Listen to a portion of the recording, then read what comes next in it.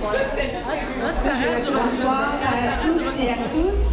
Je vous laisse quelques instants pour prendre place afin que nous puissions commencer ce débat que j'ose nommer presque historique, puisque c'est le premier débat spécifiquement dédié à la déficience intellectuelle. Donc, nous vivons en ce beau 19 septembre 2018 une journée historique. Donc, je vous laisse vous installer confortablement et on va pouvoir commencer. Donc, c'est vraiment avec un immense plaisir que je vous accueille ici au Café du Monument National. Donc, merci à tous les organisateurs. Merci de nous accueillir ici en ce beau lieu. Donc, l'Association du Québec pour l'intégration sociale, l'organisme que je dirige, donc mon nom est Annie Claro, je suis la directrice générale de cette fédération qui, pour ceux qui connaissent moins, regroupe plus de 80 associations sur l'ensemble du territoire québécois qui travaillent auprès des personnes qui vivent avec une déficience intellectuelle.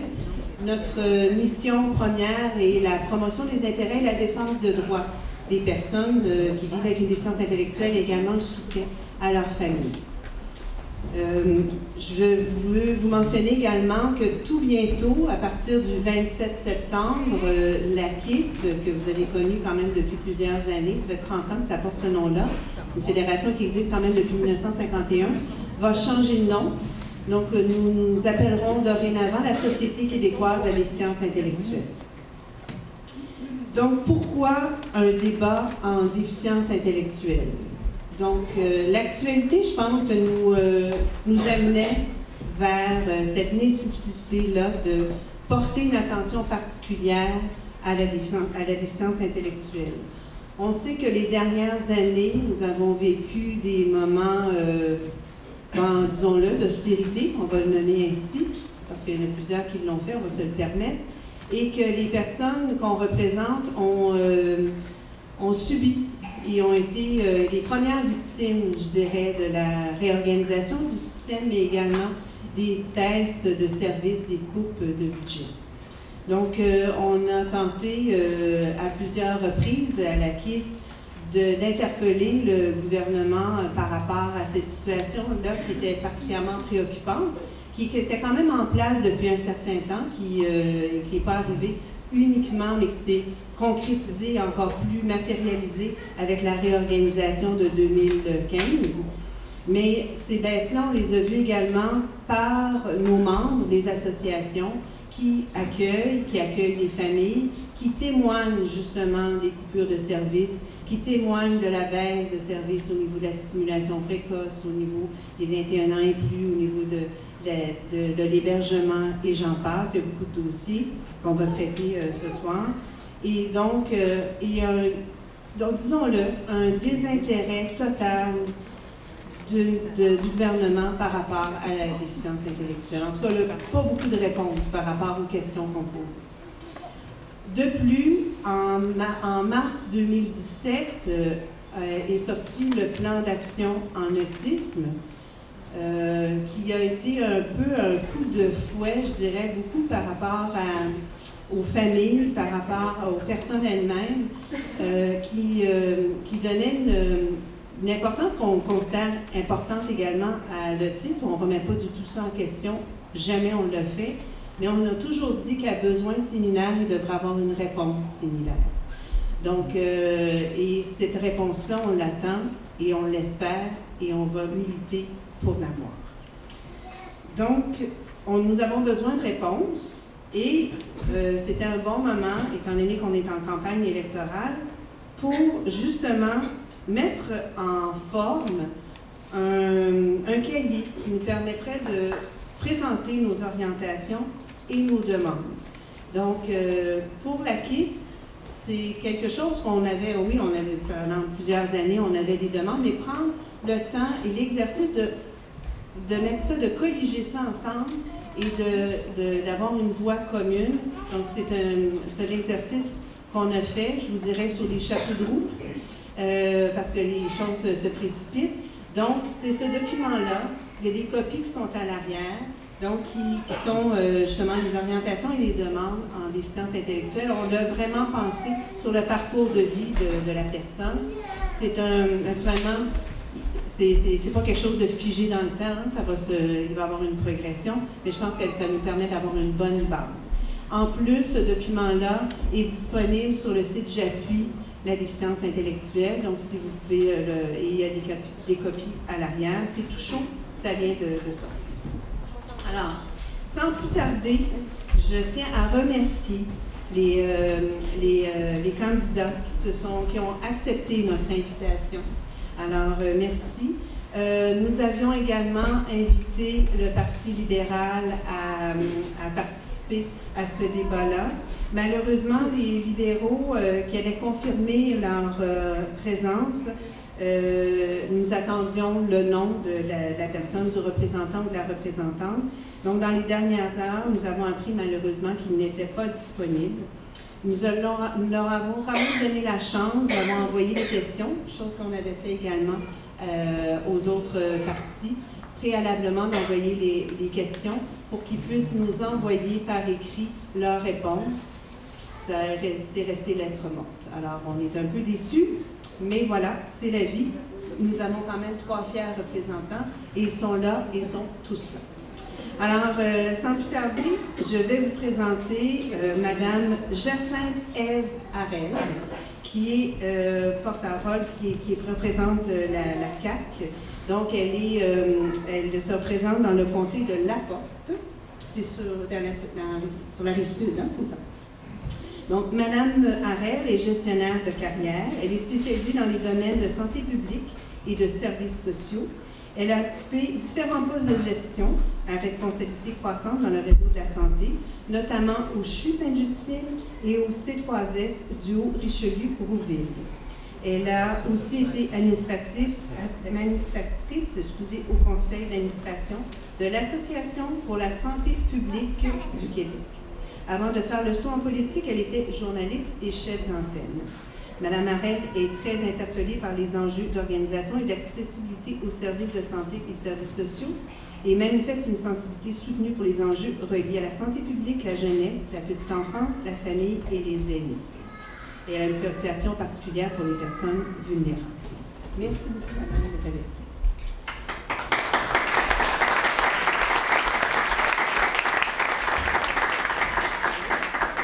Il me fait plaisir également de vous présenter M. Dave Turcotte, qu'on connaît tous peut-être, qui est député sortant de Saint-Jean. Donc, M. Turcotte, oui, alors,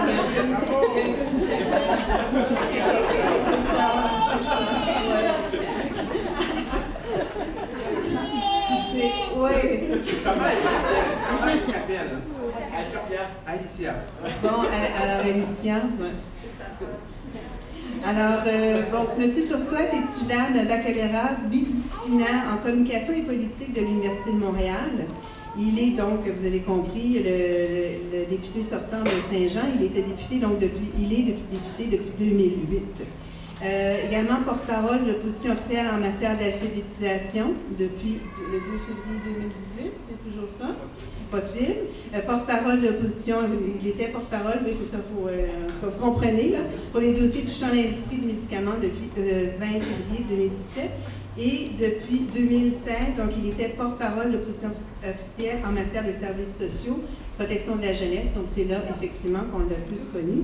M. Turcotte a eu l'occasion de travailler sur des dossiers en déficience intellectuelle dans les 2 dernières années particulièrement, notamment en parrainant une pétition en faveur du réinvestissement en déficience intellectuelle. Alors, merci beaucoup.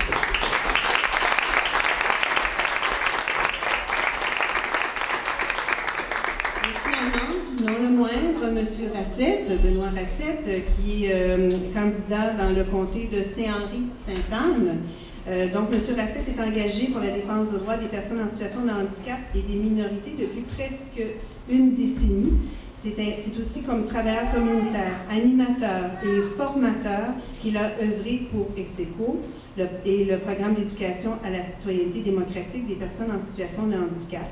Également le Conseil de la protection des malades et à vue et voix.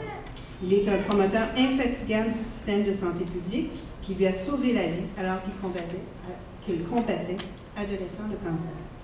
Dans son propre parti, il est responsable de la commission thématique sur l'inclusion et a cofondé avec des militants et des militantes le comité Accessibilité universelle de Québec solidaire. M. Racette est aussi délégué syndical d'une unité de la Fédération de l'action collective de la CSQ. Il a été coordonnateur de campagne pour Projet Montréal et est actuellement responsable de la commission Inclusion de Québec solidaire. Soyez bienvenus, M. Racette.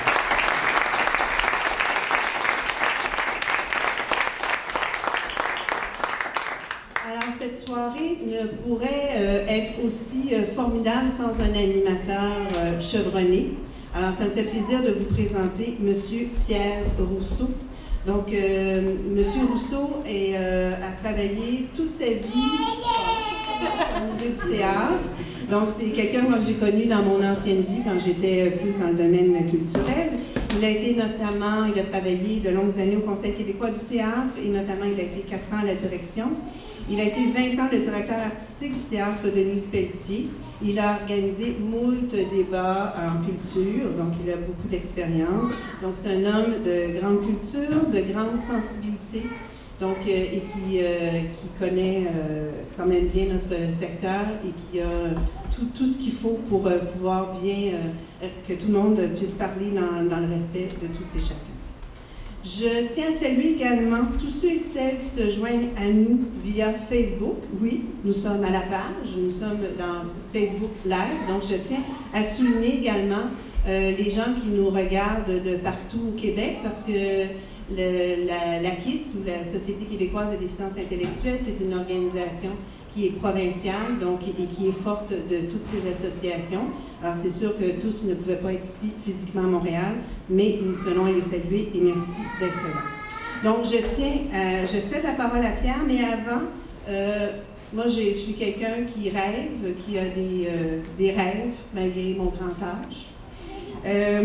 Nous espérons vivement, donc, à la fin de ce débat, qu'on puisse poser toutes nos questions et que si on interviewe quelqu'un, un parent ou une personne qui a une déficience intellectuelle ou un intervenant, qu'à la fin, on puisse dire de manière vraiment plus éclairée, si on se fait dire, puis, est-ce que vous êtes plus éclairé, on puisse répondre, mais tellement.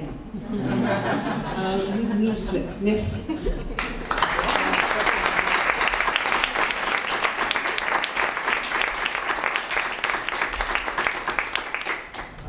Bonsoir. Oui, je suis un gars de théâtre, mais je ne suis pas ici pour voler le show. Je tiens à vous le dire. Alors, juste pour vous préciser comment on va fonctionner, tout à l'heure, avec les candidats, on a fait un petit tirage au sort. Donc, le premier tour, ce sera Mme Harel, la première, qui va prendre la parole, suivie de M. Racette et M. Turcotte. Et après, on va toujours s'organiser pour faire une rotation. Et quant au Parti libéral, on leur laisse le doute du bénéfice. Voilà, ça va être dit. Si vous avez des téléphones cellulaires qui pourraient se faire entendre, c'est le temps de les éteindre ou de les mettre en mode vibration. Nous sommes en web diffusion, donc peut-être que nous aurons des questions. Là, les gens peuvent envoyer des questions et peut-être que pendant la soirée, on prendra une ou deux questions là, qui nous parviendront. De tous ceux qui nous écoutent sur le web parce que tout le monde ne pouvait pas nécessairement se rendre ici. Donc, chaque candidat a au départ un temps pour donner la position officielle de son parti concernant le sujet de ce soir. Ils ont 5 minutes chacun. J'ai un petit chronomètre ici, Dolorama. Je sais qu'ils ont perdu des parts en bourse, là, mais quand même, ils sont quand même efficaces. Pour faire la cuisine, surtout, je vous le recommande. Mais on n'est pas là pour les cuisiner non plus. Donc, alors, chacun a 5 minutes et ça va sonner à 4 minutes et demie. Donc, il va vous rester 30 secondes pour conclure. Parfait. Alors, c'est pas plus compliqué que ça. Dans la deuxième section, donc, après les interventions de nos participants, 4 personnes ont été déjà retenues pour s'adresser aux candidats avec 4 questions, dont une chacun. Et là, à ce moment-là, chacun aura 3 minutes pour répondre à la question posée. Et après ça, dans un troisième bloc, les gens dans la salle qui souhaiteraient poser une question peuvent le faire. Je rappelle que les candidats ont eu les 4 questions dont je viens de vous parler, là, les premières questions qui sont posées. Ils savent déjà quel est le sujet. Donc, ils ont pu se préparer. Et après, les questions du public, ben là, ça sera largement là, sur le sujet de ce soir. Alors donc, sans plus tarder, je cède la parole à Mme Marelle. Allez-y. Bonsoir. Merci d'être présente, vous êtes déplacé pour cette rencontre ou d'être en ligne pour regarder les différentes idées qu'on vous propose. On l'a mentionné en introduction, je suis nouvellement dans l'arène politique. Je me présente pour une première fois en politique parce que j'ai le désir de changer les choses. J'ai toujours pensé qu'éventuellement, je me lancerais en politique, mais jamais aussi rapidement. Je pensais faire ça en fin de carrière.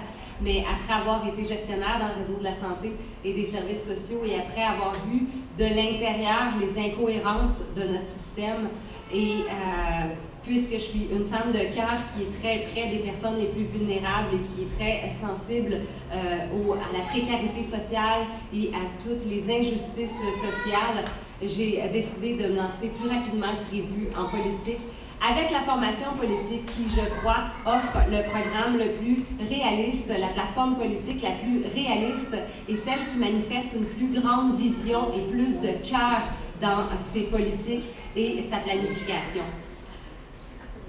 Quand on parle de personnes qui vivent avec une déficience intellectuelle, on peut penser chez nous, dans notre équipe à la CAQ, à la candidate dans Soulanges, Marilyn Picard, qui est cofondatrice de Parents jusqu'au bout, qui a joint notre formation politique à cause qu'elle aussi trouvait que la CAQ rencontrait ses attentes, rencontrait sa philosophie et ses valeurs en ce qui a trait au traitement de la déficience intellectuelle. Il y a le député François Paradis aussi qui a travaillé fort à l'Assemblée nationale dans les 4 dernières années pour finalement revendiquer des meilleurs services pour les personnes vivant avec une déficience intellectuelle.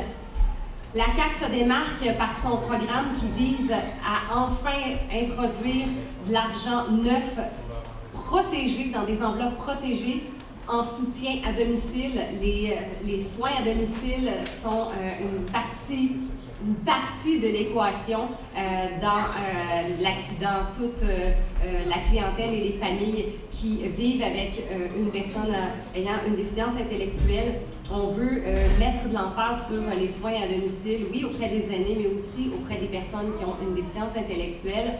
Et puis, je suis à même de témoigner que parfois, il y a des enveloppes qui sont annoncées et qui ne vont pas nécessairement pour la clientèle auquel c'était initialement dédié. Et là, la CAQ a vraiment, dans son annonce, assuré que cette enveloppe-là serait réservée vraiment exclusivement pour les soins à domicile. On veut aplanir les inégalités sociales et offrir des politiques publiques qui sont favorables à l'inclusion. On veut finalement rendre les parcours de vie plus faciles, notamment en ayant un accent spécifique sur la prévention. Vous savez, je suis une personne de santé publique avec un côté santé publique qui est très fort. Et en santé publique, les gens pensent automatiquement à vaccination, mais c'est beaucoup plus que ça. C'est la prévention, la santé publique, et c'est d'enfin dédier des fonds à la santé publique. En ce moment, le budget de la santé est dédié à seulement 2% en santé publique. On peut faire plus en prévention et on va faire plus parce que François Legault l'a mentionné. Avec la CAQ, il n'y a aucun jeune qui sera laissé derrière, peu importe son handicap. Et on ne laissera pas les familles de parents, d'enfants handicapés derrière. On veut rétablir un équilibre entre l'aide versée aux familles naturelles et les familles d'accueil d'enfants handicapés mineurs et majeurs. Donc, en ce moment, on le sait, hein, c'est une lutte qui n'est pas terminée pour les familles naturelles qui choisissent de s'occuper de leur enfant avec un handicap et elles sont beaucoup moins supportées par le gouvernement que les familles d'accueil. Donc, on veut viser un meilleur équilibre dans le support qu'on va offrir aux familles. Il y a aussi notre volonté de mettre sur pied une politique à la proche aidance. On reconnaît les proches aidants à la Coalition Avenir Québec et on reconnaît que les familles qui s'occupent de personnes ayant un handicap physique ou intellectuel et doit être reconnu comme un proche aidant. Et on a des mesures concrètes à proposer pour les proches aidants, notamment un crédit d'impôt qui va être bonifié par rapport à ce qu'on a actuellement. On veut aussi se doter d'une politique nationale et d'un observatoire sur la proche aidance pour finalement reconnaître ces gens-là, les supporter et s'assurer qu'on leur offre les services et le soutien qu'ils méritent. Merci. Pile. Wow. Alors, j'invite maintenant M. Benoît Racette de Québec solidaire. Bonjour à vous. Très content d'être avec vous aujourd'hui. Je sais que dans la salle, il y a beaucoup de parents qui vivent les situations de handicap tous les jours. Il y a beaucoup d'organismes aussi. J'ai travaillé avec vous dans certains cas. On a fait de la défense de droits ensemble. Et je veux particulièrement remercier l'AQIS. Je pense que Mouvement Phase est là aussi dans la salle. En tout cas, dans ces dernières années, votre organisme, l'AQIS, n'a pas seulement fait comprendre la déficience intellectuelle un peu mieux au public, mais ne s'est pas tu pendant toutes ces coupures. Et on vous doit beaucoup et je suis très content d'être là. Donc, pour parler de ce qu'on ferait de mieux pour la déficience intellectuelle, mais pas seulement, pour toutes les personnes en situation de handicap au Québec. Vous le savez, j'ai travaillé en défense de droit, mais le plus important, c'est que je suis aussi parent et je sais qu'on pourrait vouloir défendre tout de suite ce qu'on vit particulièrement. Bon, moi, ma fille, par exemple, je ne vais pas la outer, comme on dit en mauvais français, mais elle a un trouble d'apprentissage, enfin, pas un trouble d'apprentissage, mais un trouble de l'attention. Et je voudrais la défendre au mieux. C'est ce que je fais comme parent. Je suis sûr que vous faites la même chose aussi. On brandit un peu notre cause, celle de notre enfant, celle qui est près de nous. Mais il ne faut pas faire le jeu des gouvernements, comme ça a été fait dans les dernières années, c'est-à-dire de nous opposer groupes contre les autres. Par exemple, la déficience intellectuelle contre les personnes qui se trouvent quelque part sur le trouble du spectre, en fait, qui se trouvent quelque part sur le spectre de l'autisme. Il ne faut pas faire un clientélisme. Notre rôle, là, c'est pas de faire brailler les politiciens, vous comprenez? L'objectif, c'est donc d'avoir une approche globale, intégrée, qui s'assure que tout au cours de la vie, on a accès aux services auxquels on a droit, et pas seulement en santé, bien que ce soit d'abord en santé souvent, mais aussi en éducation, en transport, le transport adapté, bien sûr, mais dans l'inclusion, même éventuellement au travail. Donc, voici ma posture, c'est comme ça que je me présente devant vous, et Québec solidaire propose une plateforme qui va dans ce sens-là.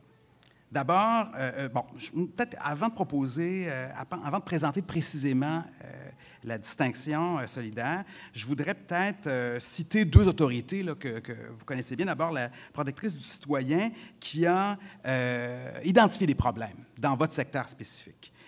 D'abord, le partage des responsabilités est nébuleux entre les centres de réadaptation, les CRDTED ou TSA, les centres de santé et les autres intervenants, même l'intervention, les centres de réadaptation physique.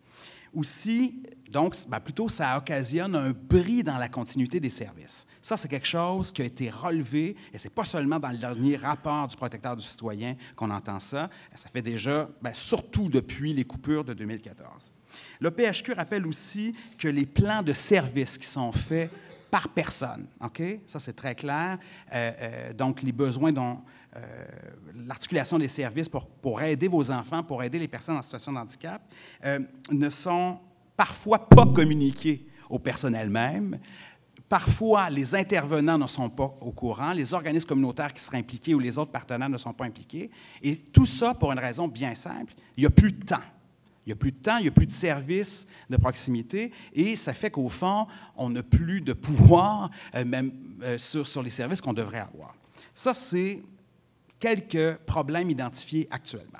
Maintenant, comment on arrive... Ah oui, puis je pourrais vous parler bien sûr des employés, là, si je peux me permettre. Je rajouterais peut-être ce que la PTS a dit aussi, les employés qui interviennent en santé, par exemple, pour les diagnostics, les professionnels qui travaillent auprès de vous. Bon, là, la ligne est immense. Là. Vous allez croire, vous allez avoir l'impression que je parle des parents. Je suis désolé. Donc, une hausse importante des congés de maladie, de l'iniquité salariale évidente. Depuis 2010, il y a des dossiers en équité salariale qui n'ont pas été traités. Donc, les femmes qui sont majoritairement professionnelles n'ont pas une reconnaissance salariale que de l'allure. La détresse psychologique des travailleurs, des travailleuses, on dit même que 70 % des professionnels techniciens ont mentionné vivre la détresse psychologique à un niveau élevé ou très élevé. Tout ça, déjà, c'est déjà fini, voilà. Et donc, vous voyez le système. Ce qu'il faut, c'est une loi sur l'accessibilité universelle. Ce qu'il faut, c'est réinvestir dans les CLSC a priori pour les ouvrir 24 heures par jour, 7 jours par semaine. Et à partir de là, poser les bons diagnostics, mettre 2400 professionnels en éducation, 2300, pardon, pour être sûr que tout au long de la vie, peu importe nos situations de handicap qui surviennent ou comment se développe notre situation de handicap, on pourrait être accompagné. Merci. Et finalement, rendre accessible le Québec. En gros, c'est nos propositions pour un peu répondre à ces moments difficiles que vous avez vécus. De toute façon, les questions vous permettront... On pourra étayer davantage. Oui. Alors, j'invite M. Turcotte. Bien, bonsoir à vous toutes et à vous tous. Ça me fait vraiment plaisir d'être présent. Je tente toujours de... Je suis en politique, moi, c'est déjà ma 5e campagne électorale, puis je tente toujours d'être le plus respectueux possible. Mais il y a quelque chose que je ne peux pas passer sous silence aujourd'hui, ce soir. Je trouve ça quand même regrettable qu'il n'y a aucun candidat du gouvernement sortant qui est ici pour expliquer ses engagements, mais surtout défendre le bilan de ce gouvernement, qu'au fond, la plupart des questions que vous nous avez soumises, c'est suite à des compressions, à des coupes de ce gouvernement. Je trouve ça regrettable que sur les 125 candidates et candidats à travers le Québec, pas une personne qui a levé la main pour dire la déficience intellectuelle, c'est assez important pour qu'on y soit puis qu'on soit présent. On a tous des circonscriptions à s'occuper. On est tous candidats et candidats dans des circonscriptions. Puis même dans notre cas, on a dû franchir le pont, un des ponts, puis en se croisant les doigts là, pour pas qu'il nous tombe. Là. Mais on a quand même franchi le fleuve Saint-Laurent pour venir, puis on est ici, puis ça nous fait plaisir. Puis je crois que c'est la moindre des choses. Je m'excuse de faire ce bout, mais quand même.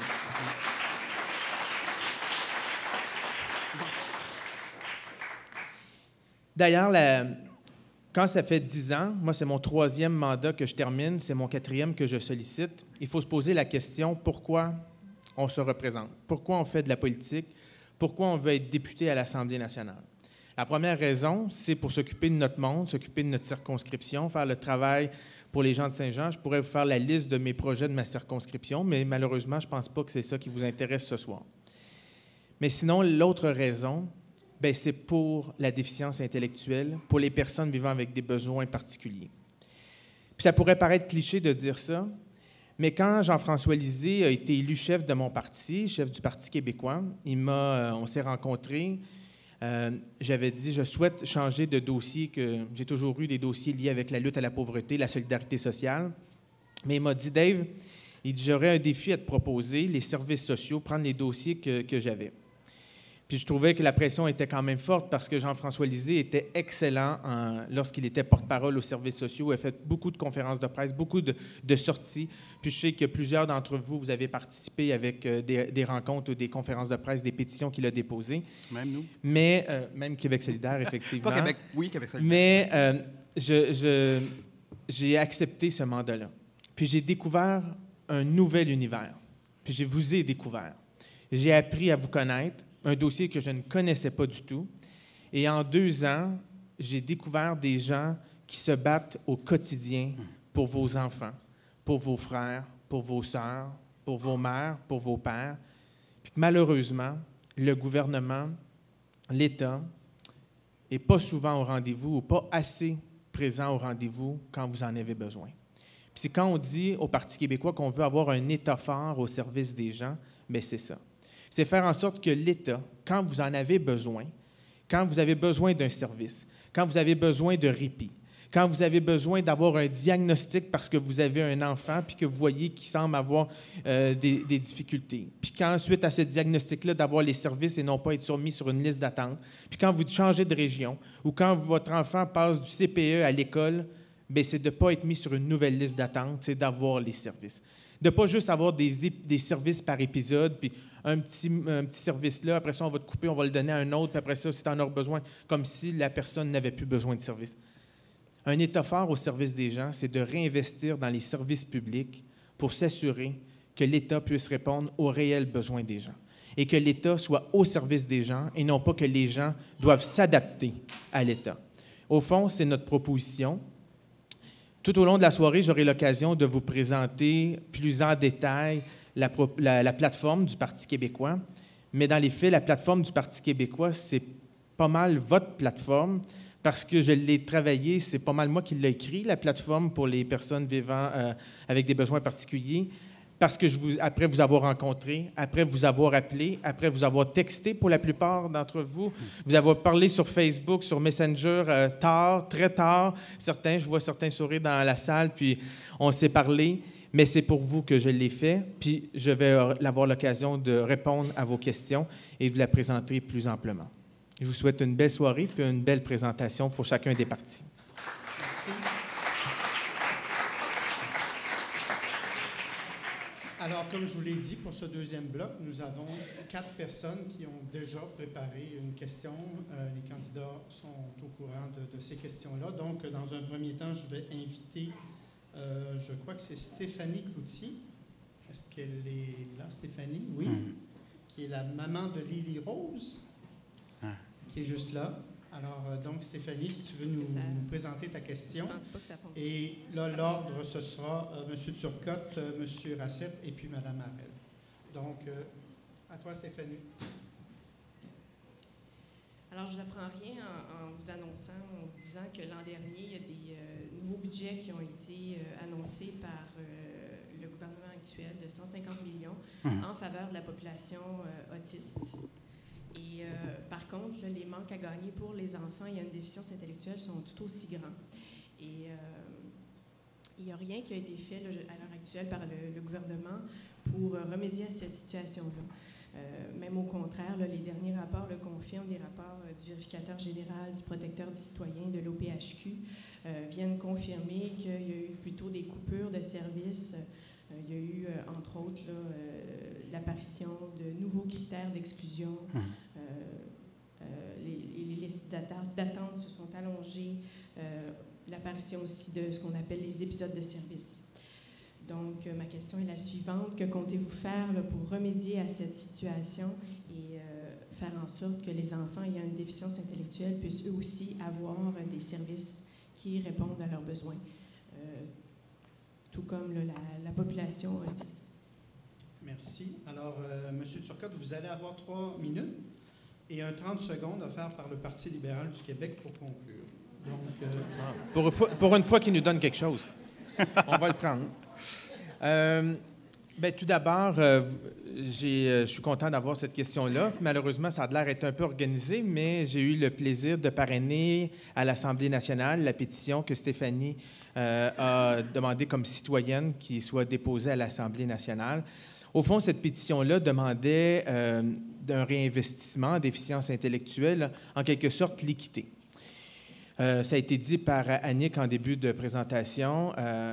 Il faut avoir aussi des comparables. Donc, nous, ce qu'on propose au Parti québécois, oui, le gouvernement actuel a proposé, a décidé un 30 millions de dollars, j'arrondis, pour le trouble du spectre de l'autisme avec un plan d'action en différentes mesures. Nous, ce que nous avons proposé au Parti québécois, il y a de ça plus d'1 an maintenant, et nous réitérons cet engagement-là pris il y a plus d'1 an, c'est de réinvestir un 30 millions supplémentaires pour le trouble du spectre de l'autisme parce qu'il est démontré que ça prend au moins 60 millions de dollars pour être efficace. Mais en contrepartie, nous allons aussi investir 60 millions de dollars pour la déficience intellectuelle parce qu'il y a aussi des grands besoins et on a besoin d'un réinvestissement pour la déficience intellectuelle qui a été trop longtemps oubliée. Donc, nous voulons réinvestir 60 millions de dollars supplémentaires pour la déficience intellectuelle. Ce chiffre-là, au fond, vient là, de différentes études que nous avons vues, entre autres, la Fondation Myriam. Nous avons vu aussi ce qui se passait en Ontario. Nous avons fait une règle de 3 avec ce qui se faisait en Ontario. Ça a l'air que c'était la vedette du dernier débat. Peut-être que ça sera la vedette de ce débat-là ce soir aussi, mais quand même. Donc, et à ça, nous y ajoutons l'élaboration d'un plan d'action pour la déficience intellectuelle. Parce que c'est bien beau de dire on va mettre 60 millions, mais il faut savoir où est-ce qu'on va le mettre, à quoi ça va servir, dans quelle séquence. Et aussi un plan d'action, ça lance un message aux ministères, aux différents ministères du gouvernement, parce que ce n'est pas uniquement la santé et les services sociaux, parce que les gens qui ont une déficience intellectuelle n'ont pas uniquement besoin de services de santé et services sociaux. On pense au logement, on pense à l'employabilité, on pense à l'éducation, on pense aux loisirs, on pense aussi à l'éducation, à la sexualité, parce que ce n'est pas normal encore qu'au Québec que les jeunes filles vivant avec une déficience intellectuelle ont plus de chances d'être victimes d'agressions sexuelles qu'une autre jeune fille. Ce n'est pas normal, donc on a beaucoup de travail à faire sur ces questions-là. Donc, d'avoir un plan d'action, ça permet de mobiliser l'ensemble du gouvernement, tous les ministères concernés pour aider les personnes vivant avec une déficience intellectuelle dans un premier temps, aider les parents de ces personnes, surtout quand ils sont enfants, mais quand même, les personnes vivant avec une déficience intellectuelle ont souvent besoin d'accompagnement par la suite, après l'âge adulte, et en terminant, ceux qui aident donc de rehausser le financement des organismes communautaires. Bien sûr. Vous savez pas pris votre 30 secondes parce que vous ne voulez pas être associé au Parti libéral. Ah, c'est une bonne raison. Alors, M. Racette. Bien sûr, on a parlé de cette injustice. Il y a eu un plan en 2007 pour les personnes qui ont été TSA, les familles, etc., et pas pour les personnes qui ont des déficiences intellectuelles. Je pense que c'est une erreur fondamentale, mais il faut regarder précisément ce qui se passe en plus avec vous qui vivez ça au quotidien. On le sait, dans l'analyse populationnelle, les personnes où il y a un enfant en situation de handicap sont davantage pauvres. Appauvris, devrais-je dire. Parce qu'en général, ce qui se passe, c'est que c'est, désolé messieurs, je sais que vous impliquez beaucoup, mais c'est souvent la mère, la femme qui sacrifie sa carrière, qui prend du temps parce que ça prend du temps et qui n'a pas de ressources. En fait, on ne peut pas dire que 4 000 $ par année, c'est vraiment des ressources. Il n'y a pas juste ça. Donc, je vous dirais d'abord qu'il faut travailler sur les conditions socio-économiques. Hein? Donc, il faut améliorer le salaire minimum, mais aussi il faut donner de l'argent, même quand on est à la maison, puis on a une contrainte temporaire, il faut hausser la solidarité sociale, etc. Mais ce que je vous dis, c'est que c'est pas comme ça qu'on va tout régler. Je vous parle d'abord de ça. Le plus important, c'est qu'il faut avoir un momentum national sur la question du handicap. Il faut créer ensemble une loi sur l'accessibilité universelle qui aura une incidence non seulement sur l'accessibilité des bâtiments, parce que de toute façon, il arrive souvent, il y a beaucoup d'histoires de personnes en situation de handicap qui ont plusieurs handicaps. Ça peut venir avec une déficience liée à l'agilité, une déficience physique, voilà. Donc, il faut une loi qui va permettre de dire, regardez, en 2030, 2035, on décidera ça ensemble, vous serez de la partie. Il faut que le Québec soit universellement accessible sur le plan architectural et surtout sur le plan des communications. Ce n'est pas normal que vos enfants grandissent en étant lésés sur le plan de l'information, sur le plan de la possibilité de participer avec les autres citoyens. Il faut rendre l'information de l'État accessible parce que je sais que des fois, on est parents pour toujours ou jusqu'au bout. Les deux organismes existent d'ailleurs, mais il faut justement penser à quand ils seront au-delà de vos soins. Il faut penser à cet après-là. Dernière chose importante, je sais là, que vous trouvez que nos propositions Québec solidaire sont un peu juridiques. Mais ce n'est pas grave, c'est ça qui nous sauve des fois quand les gouvernements, comme le Parti libéral l'a fait, quand les gouvernements font des erreurs. Il faut renforcer le programme d'accès à l'égalité pour l'emploi, et ça inclut les personnes qui ont des déficiences intellectuelles. Il faudrait que l'État, quand c'est possible, embauche les personnes qui ont des déficiences intellectuelles, mais aussi, globalement, qu'on forme les gens tout au long du parcours, qu'on forme les fonctionnaires pour comprendre un peu mieux votre réalité, pour qu'on comprenne c'est quoi les droits fondamentaux qui doivent être respectés dans notre société. Donc, c'est des mesures qu'on pourrait faire avec d'autres partis aussi, mais à Québec solidaire, on les met de l'avant parce qu'on pense que votre travail est important et que l'avenir de vos enfants, c'est tout aussi important, surtout afin qu'ils soient inclus. Merci. Alors, Mme Harel, pour conclure sur cette question. Tout d'abord, parlons des jeunes. Pour nous, il doit y avoir un plancher de services dans chaque école. Tous les jeunes doivent avoir accès aux services qu'ils ont besoin. Le gouvernement du Québec a l'obligation morale de soutenir autant les personnes qui souffrent de déficience intellectuelle, physique et d'autisme. Lors des dernières années, on a beaucoup parlé de l'autisme. Il y a même eu un forum, et on en a parlé en introduction, là, sur la question qui a débouché sur un plan d'action en 2017. C'est un pas dans la bonne direction et un gouvernement de la CAQ va poursuivre le déploiement de ce plan d'action sur le trouble du spectre de l'autisme. Par contre, je crois que les critiques des parents qui ont des enfants ayant des déficiences intellectuelles sont légitimes et c'est maintenant leur tour d'être entendus et consultés. La CAQ va travailler avec vous à documenter les besoins et réfléchir aux solutions que nous pourrions mettre de l'avant pour vous soutenir. Financièrement, par exemple, le gouvernement de la CAQ posera des actions concrètes afin de mieux supporter les parents d'enfants handicapés mineurs et majeurs, notamment en bonifiant de 22 millions par année le programme d'aide financière pour les parents d'enfants mineurs qui sont lourdement handicapés. La CAQ croit que tous les parents devraient recevoir de l'aide en fonction de la sévérité des limitations de l'enfant. Plus le handicap est sévère, plus l'État devrait subvenir à ses besoins. On veut aussi rétablir un équilibre entre l'aide versée aux familles naturelles et aux familles d'accueil. La CAQ s'engage donc à ce que l'aide financière soit modulée en fonction de la sévérité du handicap et de la situation financière aussi des familles des parents, dont il faut tenir compte. Un gouvernement de la CAQ va aussi lancer des travaux conjointement avec les familles et les ministères concernés pour déterminer la valeur de l'aide financière supplémentaire que l'État pourra verser aux familles naturelles par rapport aux familles d'accueil. On le sait, il y a beaucoup de portes d'entrée différentes dans les différents ministères et ça apporte une lourdeur pour les gens d'intervenir avec l'État parce que là, il y a tellement de portes d'entrée et tellement de corridors à franchir, là, des corridors virtuels et des corridors physiques. Donc, on va vraiment s'asseoir et revoir les portes d'accès, s'assurer que les accès soient facilités, qu'ils soient moins nombreux et que les différents ministères se parlent entre eux pour s'assurer qu'il y a une meilleure coordination et une meilleure prise en charge au niveau des services.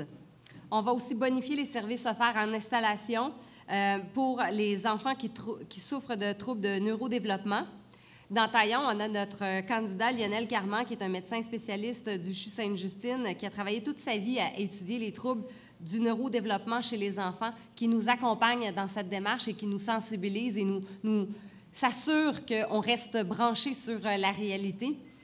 Un gouvernement de la CAQ va investir 40 millions de dollars par année pour procéder dans les CLSC au dépistage des enfants dès le plus jeune âge pour dépister et donner plus de services et de soins appropriés à tous les enfants de 0 à 5 ans. Merci. Ça fait beaucoup de millions, là. Deuxième question, je pense que c'est M. Éric Tremblay, le papa de Florence. C'est ce qu'on m'a dit. Bonjour, je m'appelle Éric Tremblay. Je suis de la ville de Québec. Je suis le père d'une jeune fille vivant avec une déficience intellectuelle. Elle ne souffre pas de déficience intellectuelle. Elle vit avec une déficience intellectuelle et elle va actuellement à l'école régulière. Selon l'article 235 de la Loi sur l'instruction publique, le Québec est censé intégrer les élèves ayant une déficience intellectuelle dans les classes régulières. Pourtant, contrairement aux autres provinces, c'est encore trop rare. Et il manque encore beaucoup de ressources quand ça arrive. Voici ma question. Vous engagez-vous à assurer un accès aux classes régulières et une offre de services adaptée aux besoins des élèves ayant une déficience intellectuelle? Parfait. Merci. Alors, on va commencer cette fois-ci par M. Rassette, suivi par Mme Harel et M. Turcotte. À vous, M. Rassette. Merci beaucoup pour votre question. C'est vrai qu'on veut que nos enfants puissent jouer avec les autres, grandir avec les autres, mais j'aimerais juste rappeler une chose. Quand on est dans un contexte d'inclusion, quand on est dans une classe inclusive, ce n'est pas juste les personnes qui ont une déficience intellectuelle qui apprennent. C'est les autres aussi qui apprennent à fonctionner dans une société inclusive. Et ça, c'est essentiel. Ce n'est pas juste eux qui font des apprentissages, nous aussi, on fait des apprentissages. Puis de toute façon, je pense qu'Annick Larose le dit assez souvent, même des fois, il nous amène sur des terrains insoupçonnés. Il faut accepter d'aller là ensemble. L'instruction publique, évidemment, c'est des principes, vous le savez, moi, je crois dans ces lois-là qui, en principe, nous permettent de respecter les droits fondamentaux. Hein. Et ça, c'est des droits fondamentaux. L'accès à l'éducation, là, je veux dire, il y a des gens qui sont morts pour que ça existe, l'accès à l'éducation. Je vais ramener ça dans le moins dramatique. Il faut réussir l'inclusion dans les classes, mais ça ne peut pas se faire tout seul. On peut le faire avec les principes. Évidemment, je pense qu'on serait aidé avec une loi sur l'accessibilité universelle. On serait aidé en réaffirmant, par exemple, le droit à l'éducation, mais ça ne fonctionnera pas tant qu'on ne mettra pas davantage de professionnels. Et les profs, on les sent, on les voit, ont peur. Ont peur d'inclure une personne, par exemple, qui aurait un TSA ou une déficience intellectuelle parce que parfois ils ne se sentent pas assez outillés, ils n'ont pas un éducateur spécialisé dans la classe qui peut les appuyer. Et même les autres parents ont toutes sortes de préjugés. Enfin bref, vous comprenez toute cette dynamique.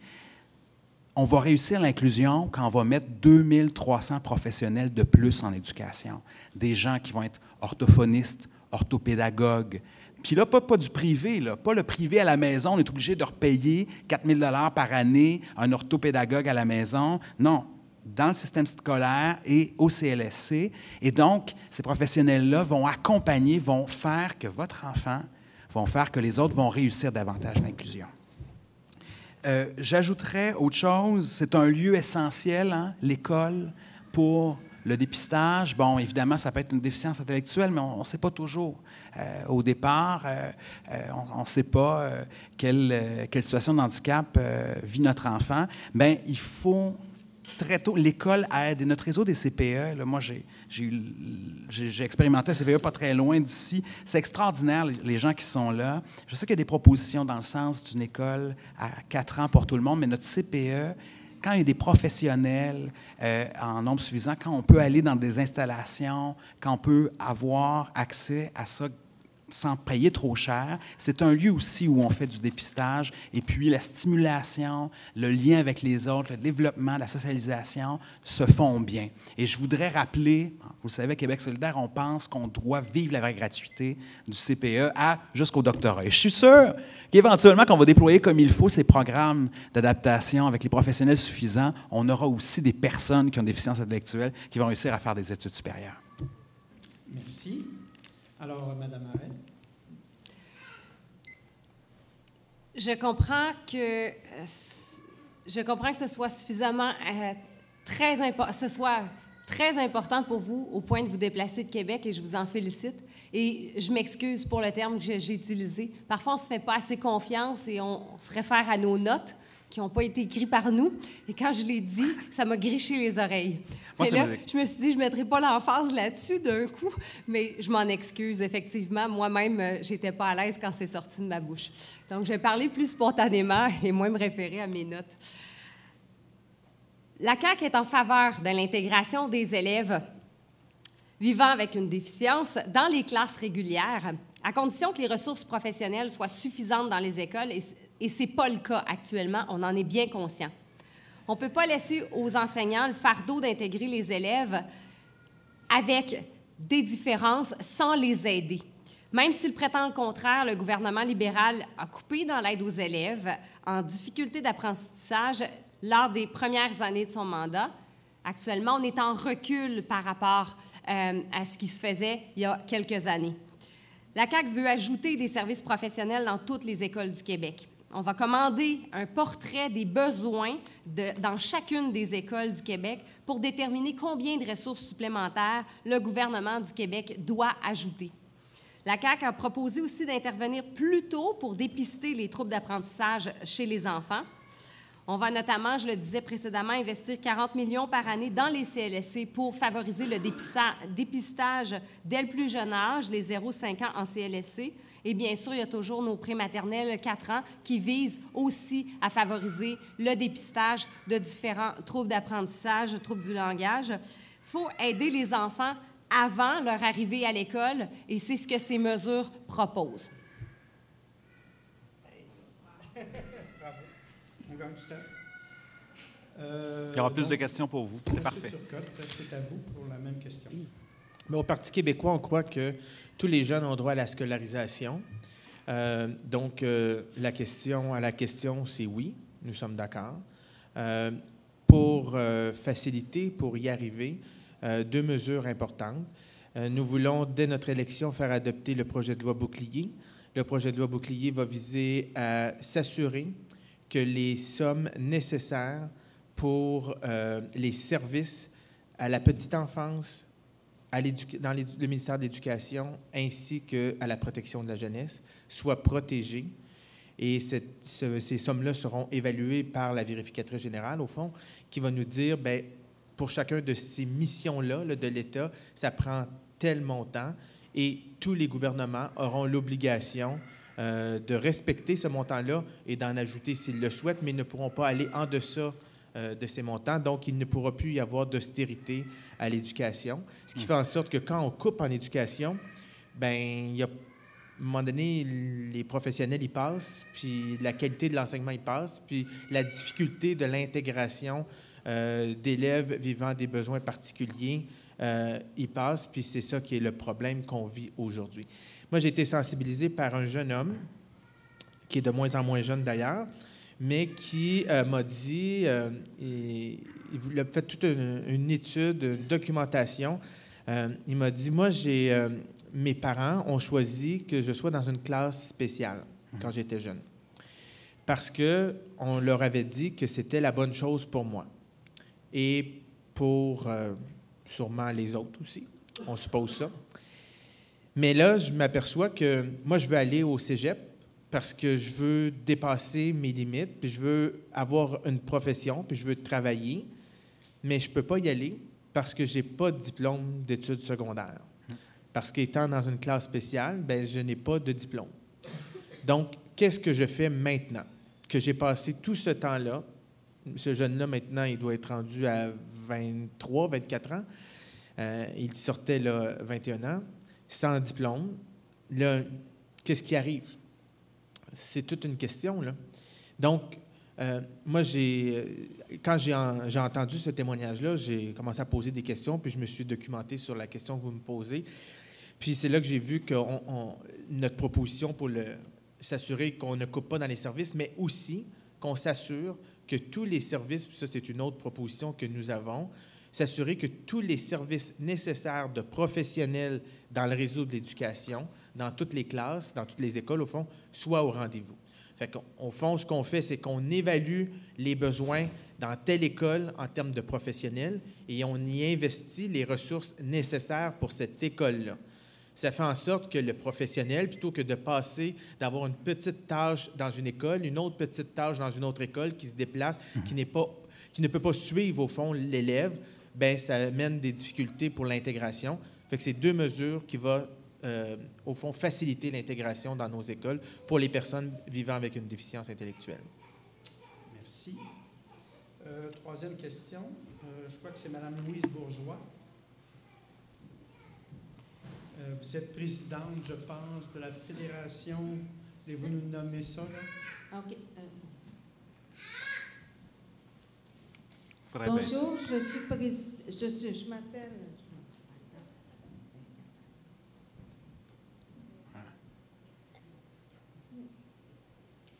Bonjour, je me présente Louise Bourgeois, présidente de la Fédération des mouvements Personnes d'abord du Québec. Tout d'abord, j'ai 2 questions à vous poser. La première, je commence par le début. La déficience intellectuelle, ce n'est pas une maladie. On l'a pour toute la vie. Avoir accès aux services, pour nous, c'est compliqué. Et c'est souvent une période temporaire. En plus, les ministères ont toutes les listes d'attente et les critères différents. Première question. Comment allez-vous faire améliorer l'accès aux services et répondre à nos besoins et à ceux de nos familles tout au long de notre vie? D'accord. Puis la deuxième question, comment allez-vous simplifier nos démarches avec les ministères pour que notre vie et celle de notre famille soient moins compliquées? D'accord.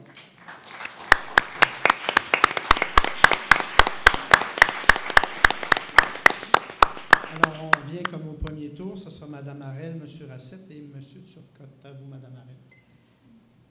Vous avez raison, l'accès aux soins de santé, l'accès aux services dans le réseau de la santé et des services sociaux est compliqué en général, encore plus compliqué pour les personnes vivant avec un handicap.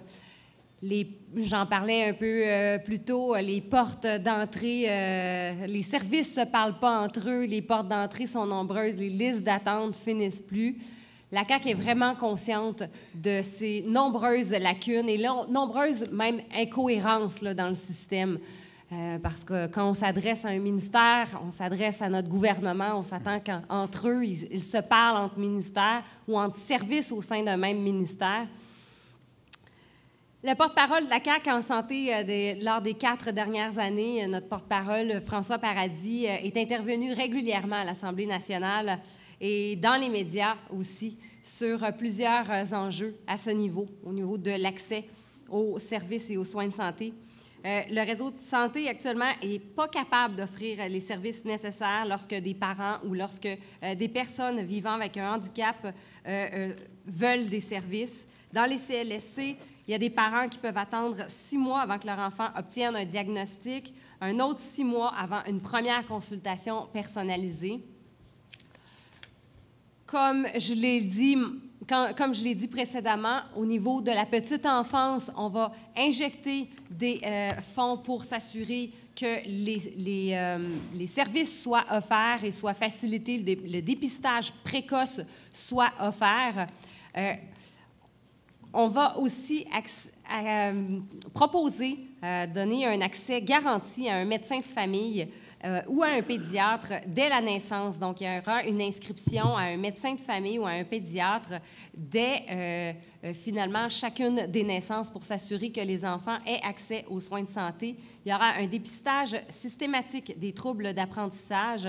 Donc, tout enfant chez qui on a un retard neurodéveloppemental qui est suspecté, que ce soit par la famille, un service de garde, une infirmière ou un médecin, on pourra les référer à un CLSC et on va ajouter des équipes spécialisées d'évaluation et d'intervention. Donc, on veut ajouter des équipes dans les CIS, dans les CIUS pour évaluer les situations et pour s'assurer qu'il y a une prise en charge rapide. Les coordonnateurs en CLSC et les équipes multidisciplinaires vont travailler avec des pédiatres et poser les bons diagnostics, outiller adéquatement les familles quand on parle des personnes mineures et les milieux de garde, mais vont aussi travailler en interdisciplinarité.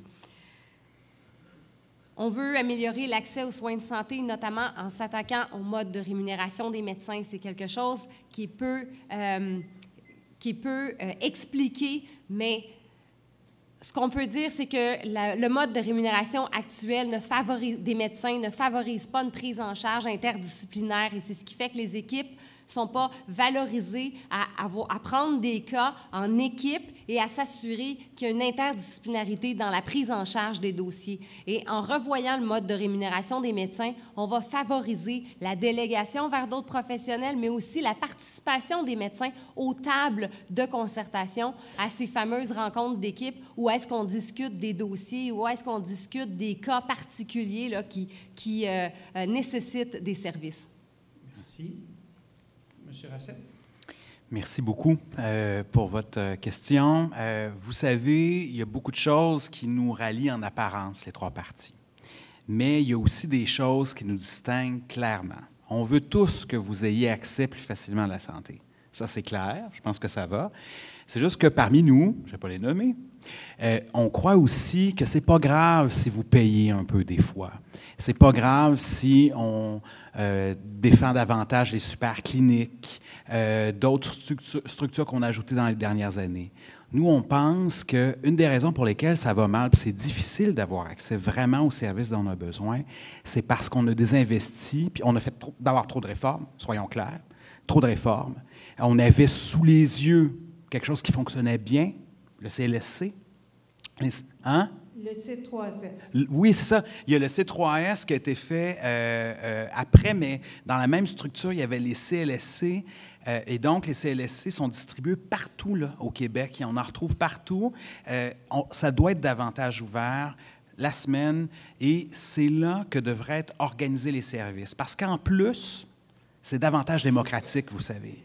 Il y avait la place pour des usagers et des usagères dans ces structures-là, alors que dans les hôpitaux, c'est de plus en plus difficile. C'est rare qu'on ait le temps de parler à des gens qui vivent vraiment la situation.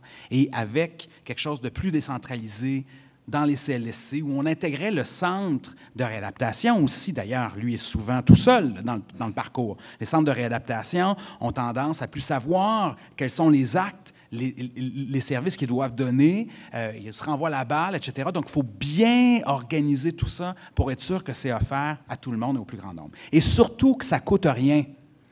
On estime, là, puis on sait où aller chercher l'argent. Souvent, on dit Québec solidaire, c'est bien beau, vous avez les meilleures idées. Même hier, imaginez, Dominique Anglade elle-même m'a avoué en plein débat qu'on avait des très bonnes idées. Ça, j'adore ça quand le Parti libéral nous dit ça. Mais dit c'est réaliste. Non, c'est pas vrai. On a accepté de payer les médecins spécialistes plus cher qu'en Ontario, alors qu'ils demandaient simplement la parité. On ne va pas chercher l'argent là où elle est.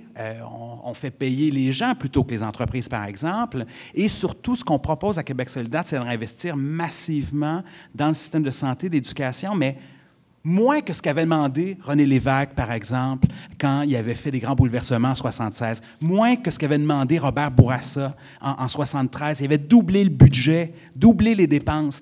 Nous, ce qu'on demande, c'est une simple augmentation de 20 % pour être sûr qu'il y ait au moins 1,5 milliard de remis dans les CLSC pour que vous ayez accès à la bonne évaluation.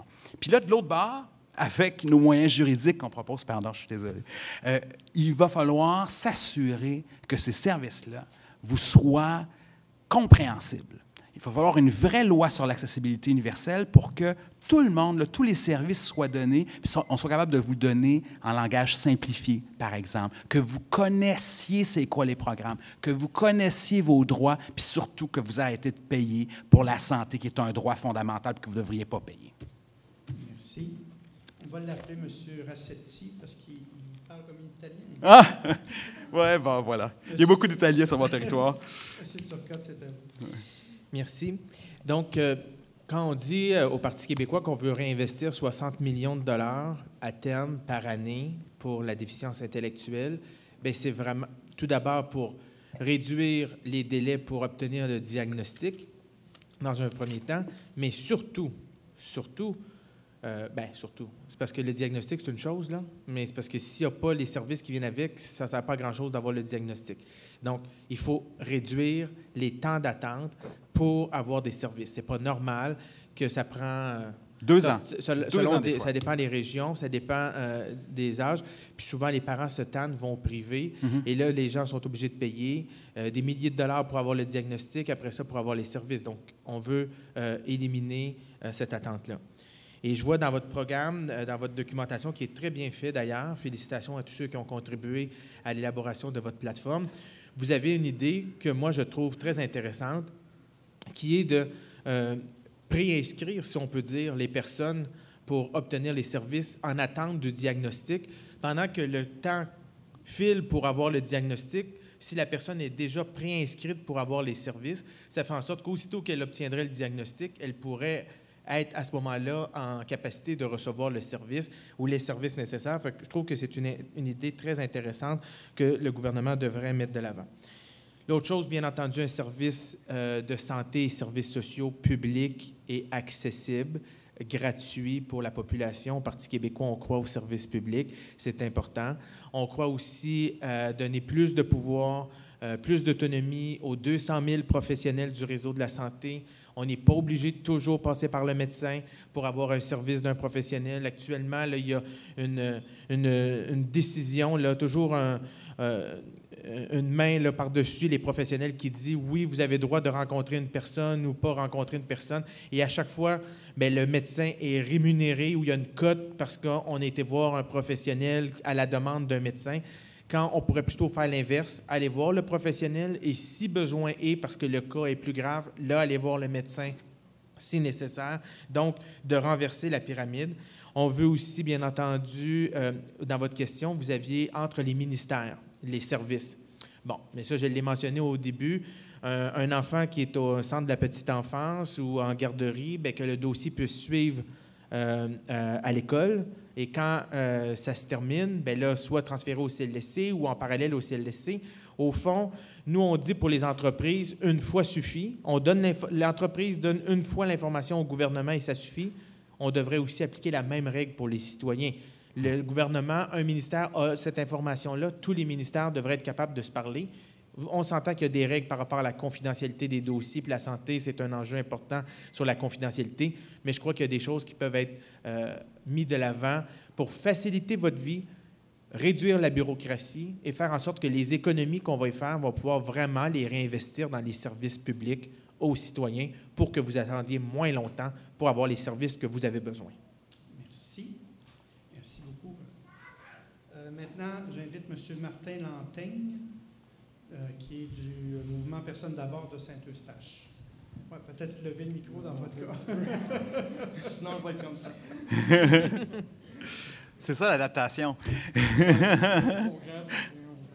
Oui, merci beaucoup. OK, tout d'abord, c'est ça, je m'appelle Martin Lantaigne, je suis président d'un organisme qui s'appelle le Mouvement Personnes d'abord. C'est pour défendre les droits des personnes handicapées, puis c'est géré par EPOS. OK, dans le fond, j'ai comme 2 questions puis un petit commentaire. C'est ça. Dans les milieux de vie, pour les personnes vivant avec une déficience intellectuelle, sont débordés.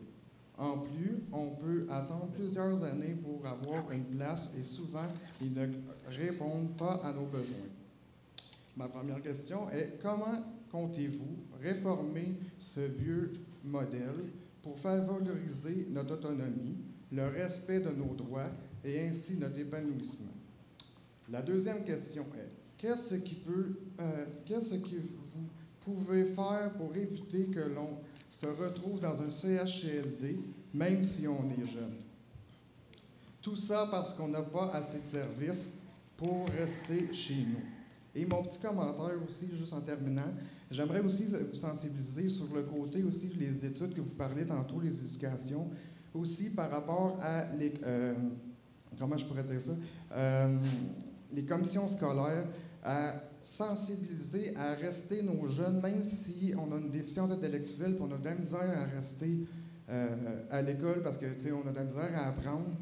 Il y a beaucoup de découragement par rapport à ça, puis je trouve qu'il y a beaucoup de choses à faire aussi pour encourager que ce soit les commissions scolaires à nous rester. Oui, il manque de services, mais aussi l'encouragement envers nous. Merci beaucoup pour me répondre à ma question. Merci, M. Martin.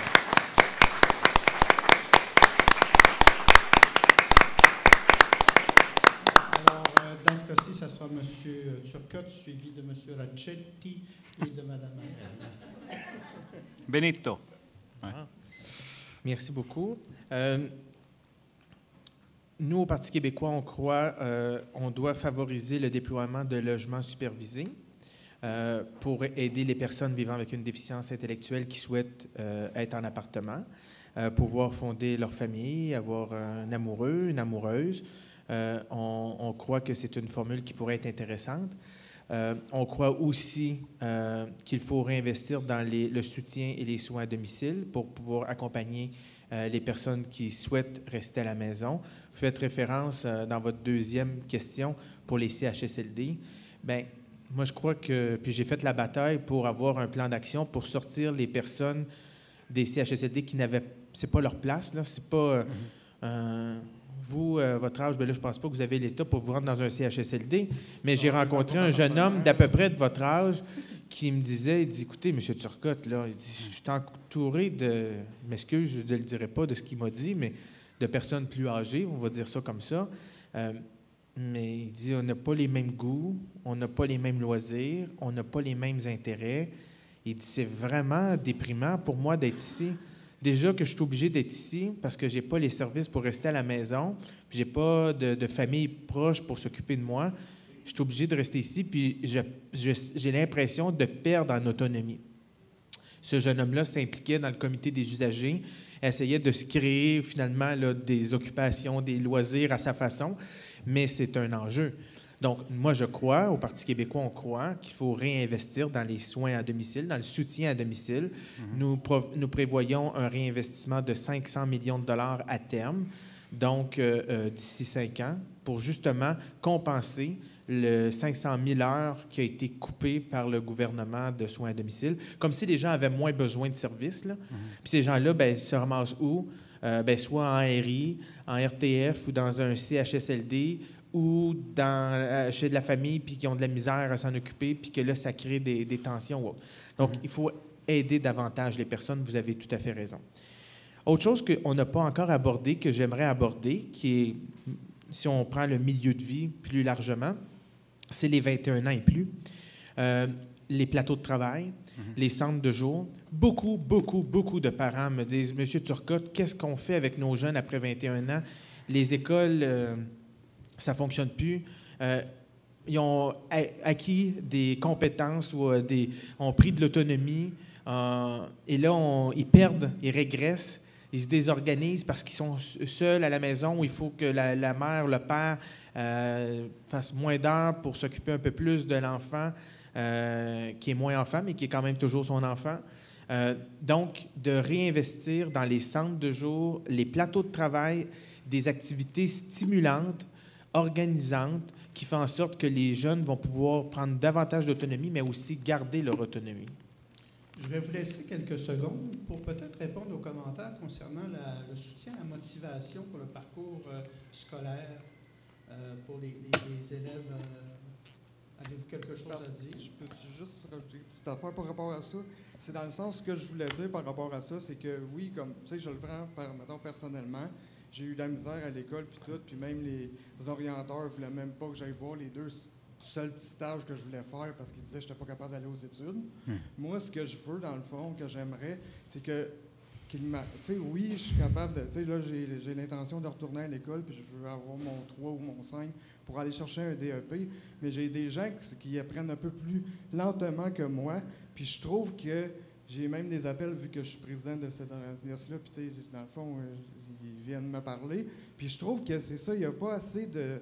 Tu sais, je sais pas, ils pourraient organiser des organismes ou, je sais pas, quelque chose pour les aider, parce que oui, peut-être qu'on n'est pas dans la norme, tu sais, pour apprendre aussi vite, mais quand ils voient qu'on n'apprenne pas assez vite, là, ils disent, bien, va t'en trouver un travail, mais va trouver un travail, va par l'école, puis je trouve juste moi, en tout cas, je sensibiliserais. Avez-vous quelque chose? Bien, moi, je dirais qu'on ne peut pas laisser... c'est pas aux autres à décider pour vous. Puis les éteigneurs de flammes, selon moi, n'ont pas leur place. Le gouvernement, l'État, doit favoriser la réalisation de vos projets individuels, de vos rêves. Vous souhaitez avoir un emploi, vous souhaitez contribuer à la société, vous souhaitez créer de la richesse, vous souhaitez créer votre propre richesse en apprenant, en vous dépassant, en allant plus loin, créer des étincelles dans les yeux de vos parents qui sont fiers de vous, bien, c'est ça que l'État doit vous aider puis avoir la capacité de le faire. Puis c'est pour ça qu'il faut réinvestir dans les services publics puis dans l'éducation, parce qu'en ce moment, c'est souvent la pièce qui décide, malheureusement. Merci. Monsieur Rasset. Merci d'être venu. J'ai travaillé déjà avec Fafouin du mouvement Personne d'abord. Je trouve ça génial ce que vous faites, puis je pense qu'il faut mieux soutenir les groupes par et pour comme le vôtre. Il faut respecter leur autonomie aussi, parce que c'est des lieux de démocratie, c'est des lieux où vous vous engagez, vous redonnez à la société, vous en apprenez aux autres autour de vous. Moi, j'irais d'abord là, en rappelant qu'il faut mieux soutenir les groupes communautaires, puis respecter leur autonomie. Le problème d'ailleurs en ce moment, c'est que les groupes communautaires sont vus par le système de santé comme des moyens un peu de sous-contracter leur propre travail qu'ils n'arrivent pas à faire. Ça se fait moins cher dans le communautaire. Puis là, on n'est pas des sous-contractants. Donc oui, allez-y, applaudissez, ça suffit. Oui. Il y a même pire que ça. Vous savez que parfois, le gouvernement, alors que vous avez choisi, puis je pense à une ressource résidentielle, par exemple, parce que c'est un organisme, ça aussi, ça peut être soutenu. Vous avez choisi du monde. Il y a du monde sur vos listes d'attente. Le gouvernement vous dit non. Vous allez prendre notre monde, laissez faire, mettez-la à la poubelle, cette liste de gens-là. Nous, on va vous donner des gens qui sont référés par le CLSC pour les aider en premier, les héberger en premier. Donc, ce que je veux dire, c'est qu'il faut respecter l'autonomie des organismes communautaires, c'est très important. C'est la première chose, il faut bien les financer. Pour l'habitation, un des bons moyens là, de faire ces ressources résidentielles-là, d'avoir un rêve à nous, là, vous connaissez cet organisme-là qui est un modèle super intéressant pour les gens qui connaissent moins. Il y a du soutien communautaire, il y a une vie et les personnes sont autonomes dans les logements. Ça coûte bien moins cher que le 73 000 $ par année en CHSLD, puis ça va vers l'autonomisation. Donc, ça, c'est possible d'avoir un rêve à nous quand on fait du logement social et communautaire. Aucun des gouvernements, depuis des lustres, a atteint leur cible en logement social. Et ça, nous, à Québec solidaire, on pense qu'on doit, en 5 ans, déployer 50 000 logements sociaux. Puis dans ces logements-là, il va pouvoir avoir l'organisme soutenu qui va faire une résidence, une ressource, j'y arrive, résidentielle. Donc, mais vous comprenez ce que je veux dire? C'est parce qu'il y a du logement communautaire qu'on peut avoir, du logement où vous êtes autonome, qu'on peut avoir des rêves à nous. Donc, il faut arrêter de faire l'autruche, il faut arrêter de donner de l'argent aux médecins spécialistes, aux compagnies pharmaceutiques, puis tout ça, puis réinvestir pour les organismes communautaires, pour le logement social, puis éventuellement pour votre autonomie. Il restait beaucoup de temps? Voulez-vous parler sur la motivation? Oui, bien sûr. Mais l'inclusion, c'est déjà le début. Puis, soit dit en passant, je ne suis pas sectaire là, quand je dis qu'il faut de l'inclusion. Ça arrive comme parent, par choix, vous pourriez décider que c'est correct d'être en classe qui est un peu plus spécialisée. Ce que je veux dire, c'est qu'il faut qu'il y ait une liberté de choix. C'est essentiel. Il faut qu'il y ait un travail vers l'autonomisation puis vers l'inclusion. Puis quand on est avec les autres apprennent qu'on est capable de faire plus de choses qu'on s'imagine. L'inclusion, ça aide.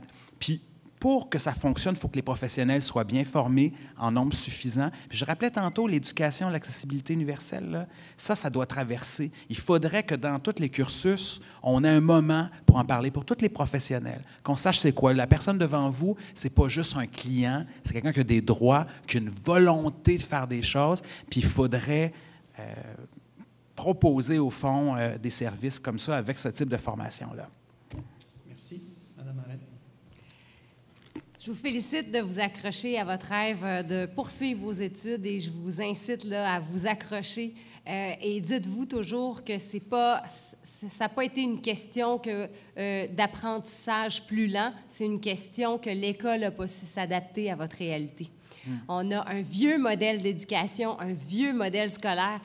Tu sais, nos bâtisses, nos écoles qui tombent en ruine, puis on sait, les études ont démontré là, que plus de 50 % de nos écoles au Québec sont dans un état mauvais ou très mauvais.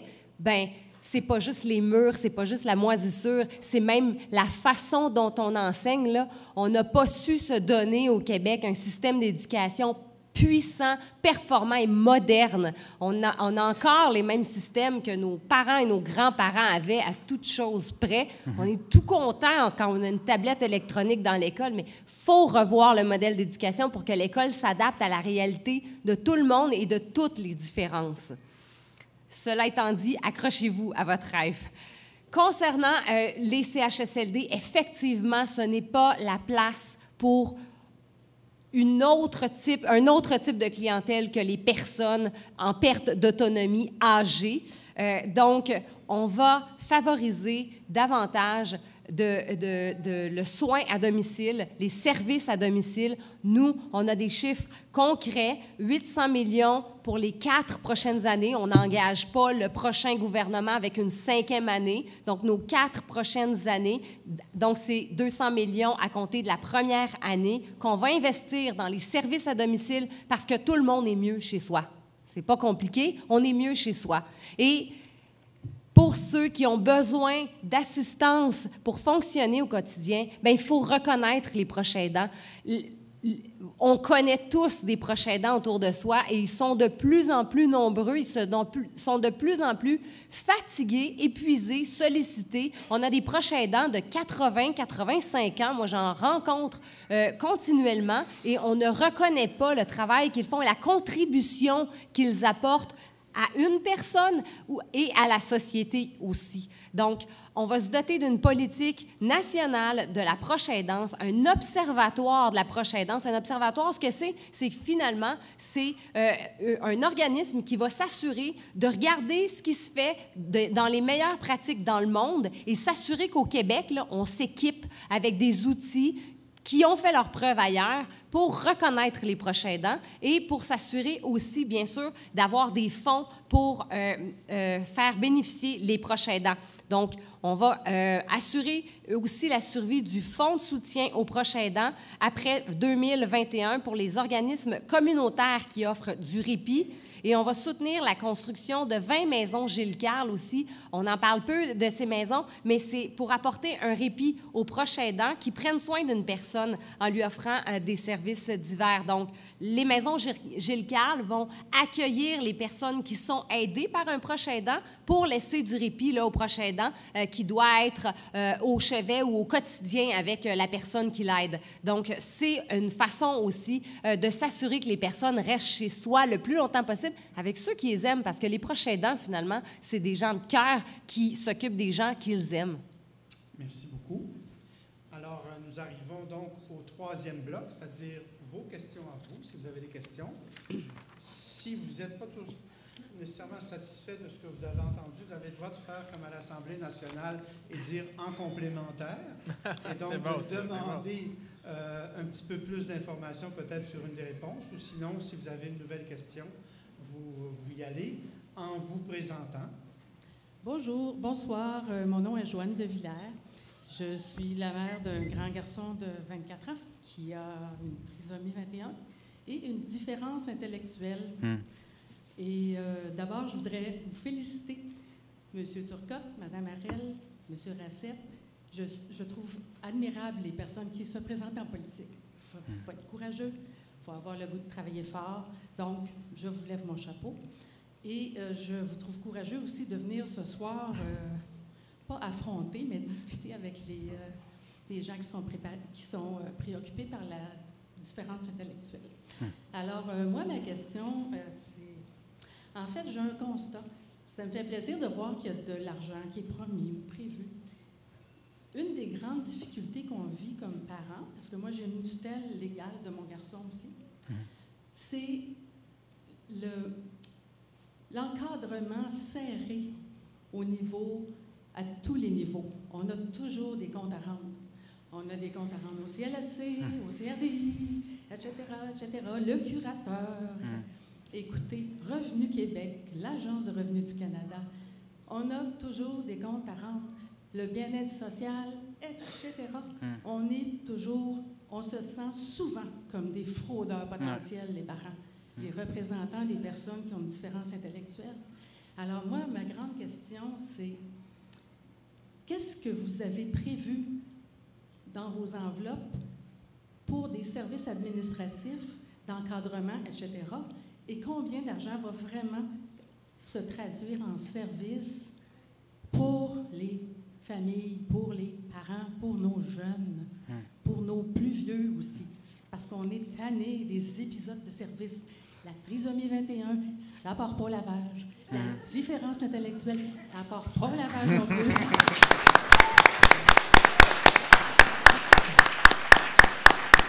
D'accord. Même avec Tide. Non. Même quand on frotte bien fort, ça part pas. D'accord. Alors, donc, chacun est là pour les questions de la salle. Vous avez chacun 1 minute, plus le 30 secondes du Parti libéral. Alors, donc, ce coup-ci, je pense que c'est Benoît, Mme Harel, puis M. Turcotte. Alors, Benoît, 1 minute. D'abord, il faut s'enlever collectivement l'idée que ce sont des privilèges, ces services-là. C'est très important. C'est ce que je voulais dire tantôt quand je parlais d'éducation au droit. Il faut arrêter de dire que c'est des privilèges. En fait, la situation de handicap, c'est quelque chose qui peut être compensé, vous le savez, avec des services adéquats. Puis, il faut être capable d'arrêter de devoir payer à chaque fois. Donc, ce qui s'est passé dans toutes sortes de ministères dont vous avez parlé dans les dernières années, c'est qu'on a arrêté de mettre de l'argent, on a commencé à mettre des critères complètement exagéré. Et en plus, on a troué les droits. On a enlevé des droits aux personnes à cité sociale. On s'est dit, puis on a fait du clientélisme. On s'est dit, ah oui, bien sûr, les TSA plus que les DI, tout ça. Alors, il faut redonner de l'air.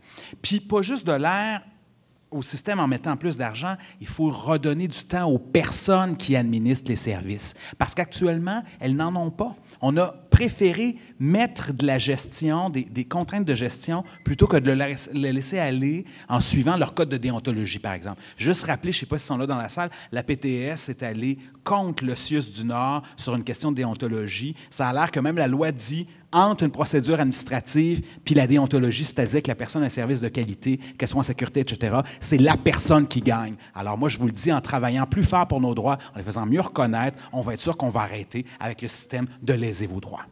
Merci. Mme Marais. J'adore votre expression « différence intellectuelle ». J'aurais aimé ça entendre ça avant. Oui, J'en tire une grande leçon. J'entends beaucoup, il faut injecter de l'argent, il faut injecter des services. J'ai moi-même annoncé des millions qu'on a dans notre plateforme politique. C'est important d'ajouter de l'argent là où il en manque. Mais ce que vous décrivez là, ce n'est pas un manque d'argent, ce n'est pas un manque de services. C'est un manque de fluidité dans nos services. Et c'est un manque de confiance envers notre personnel dans nos institutions publiques pour leur laisser une marge de manœuvre à gérer avec le gros bon sens.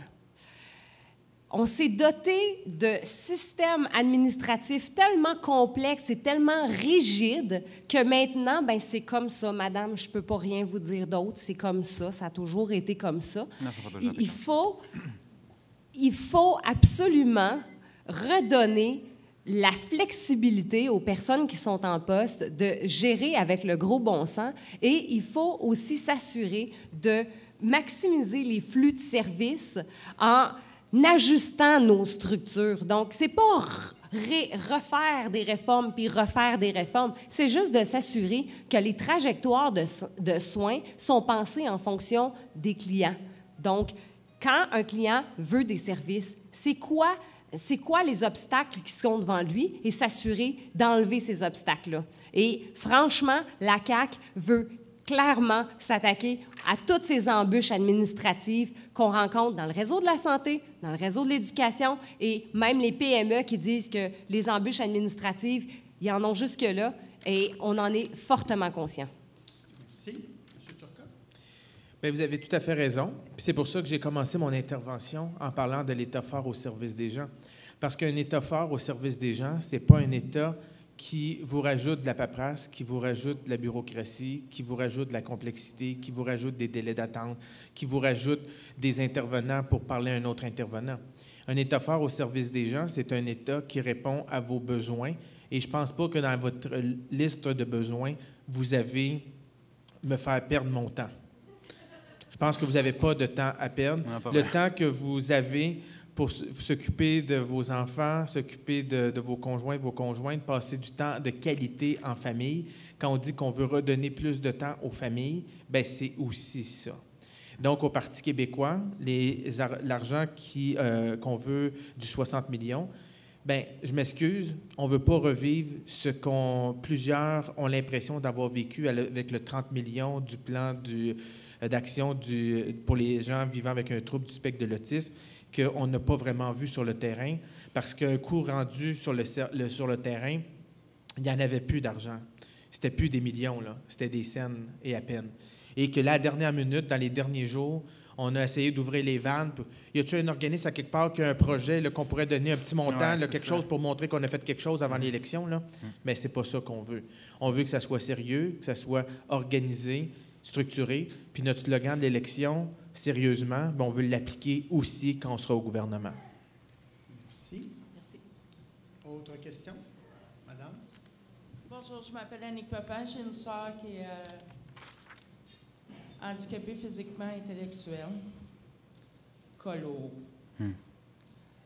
La question est, pourquoi déménager des personnes de Pierrefonds à Champlain, à Verdun, quand ils sont tous équipés pour eux à Pierrefonds, puis faire d'autres choses avec comme aller mettre du monde qui ont des troubles de comportement sévères, là, avec des gardiens de sécurité, puis tout barré.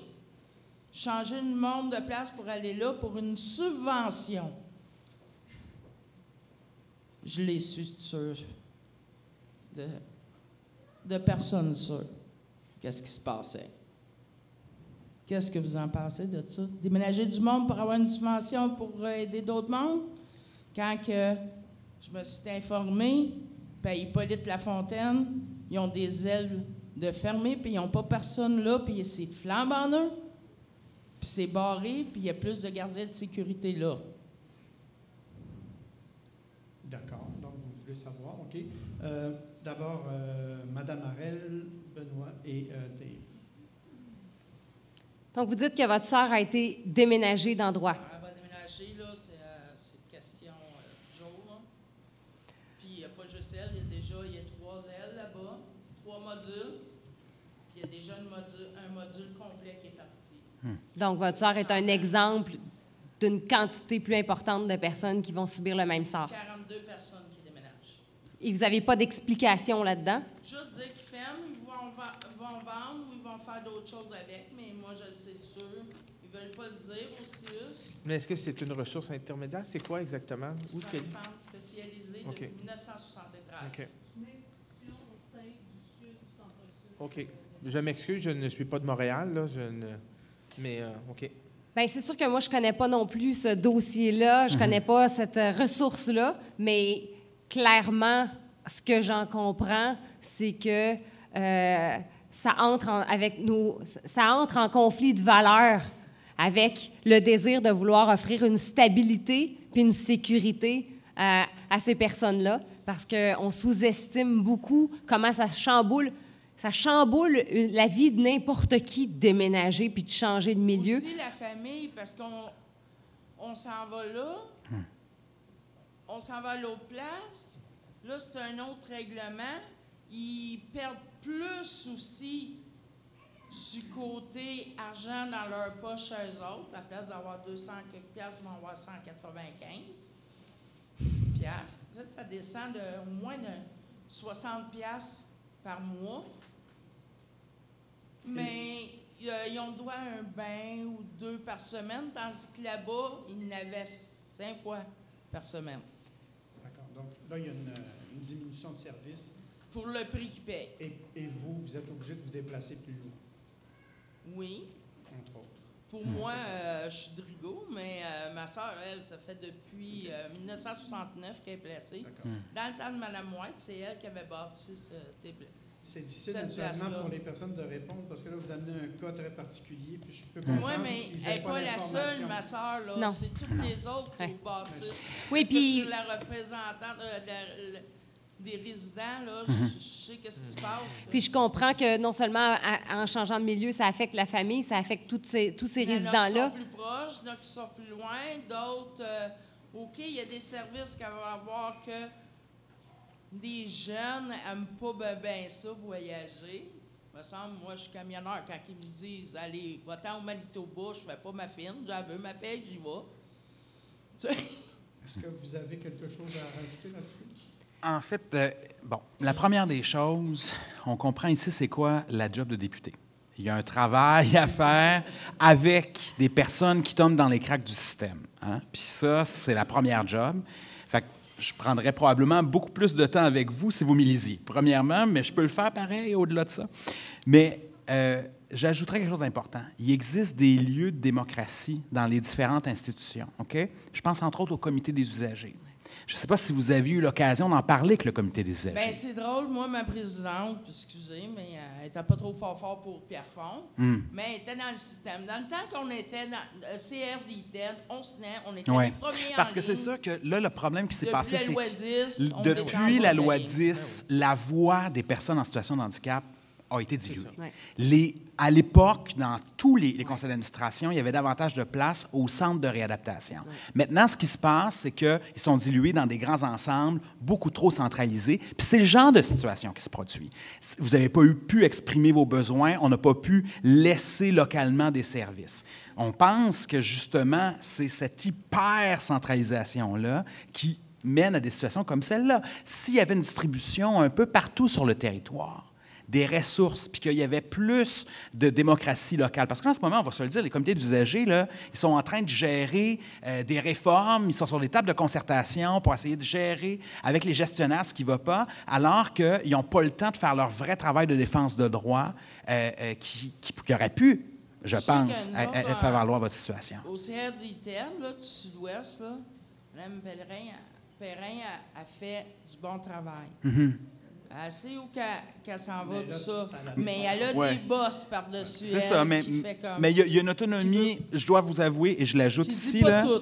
Puis les comités d'usagers ont perdu en autonomie, je vous le dis. Là, vous avez juste à voir les 2 dernières politiques, puis le changement du cadre de référence. C'est en fait notre possibilité.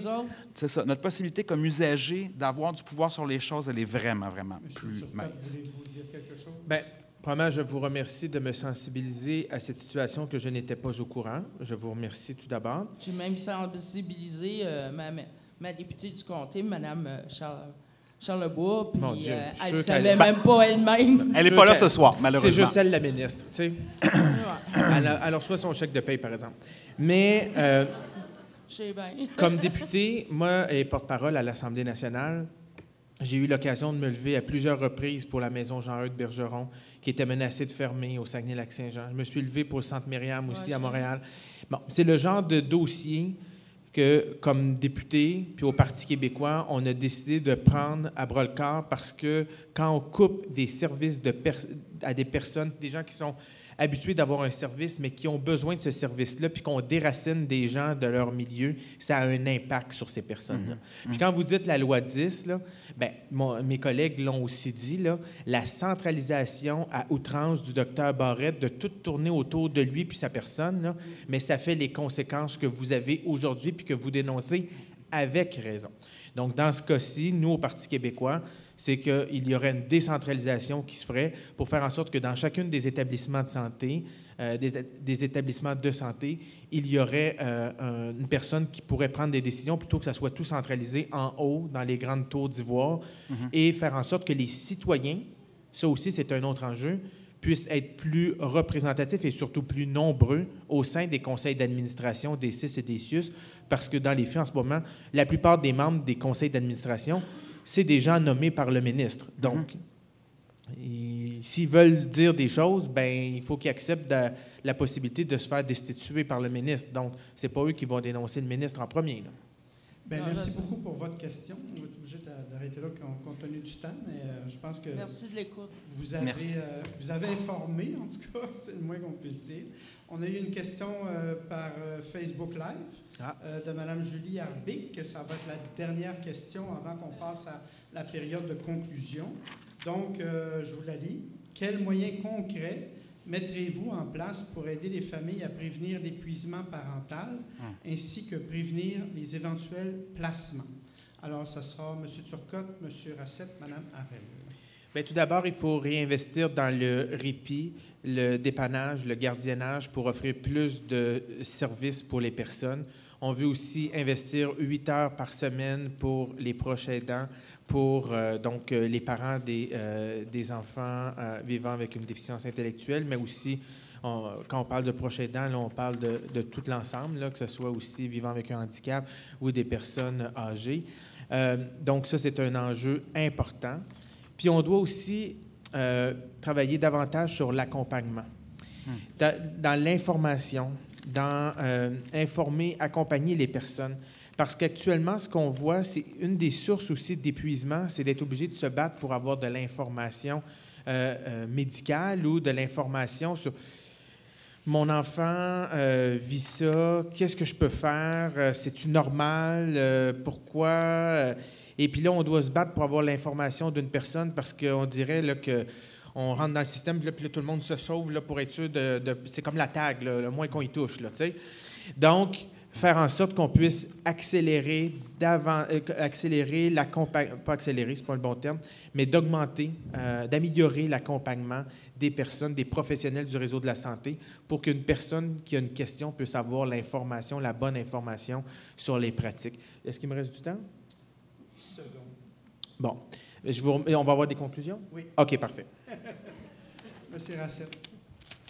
Alors, on ne vous voit pas, mais on vous imagine là.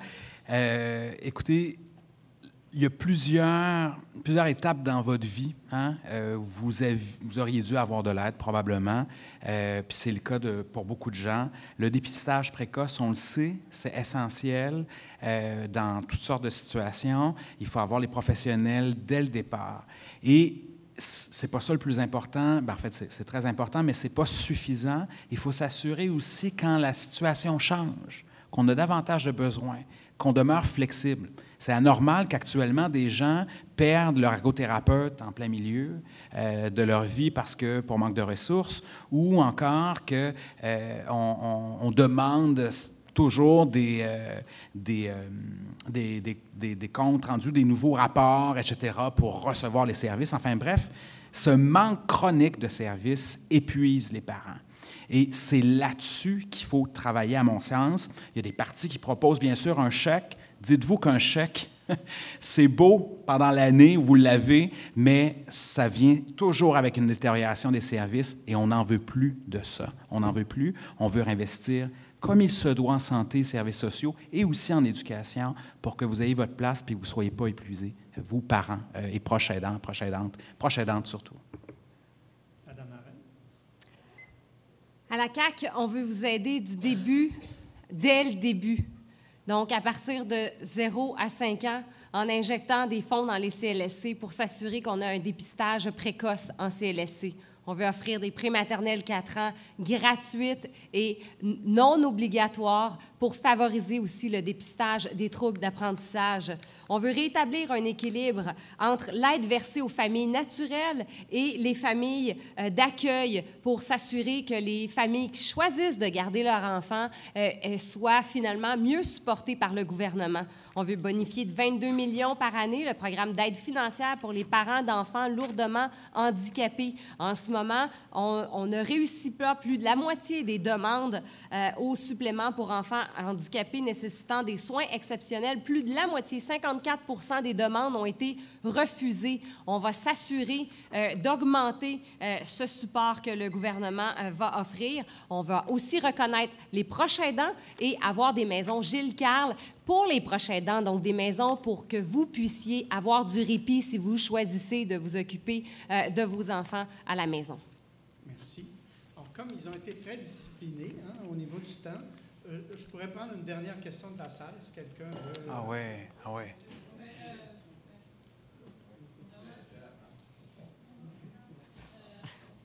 Excusez, je suis Sylvain Valus du comité du GAG du SUS de Montréal.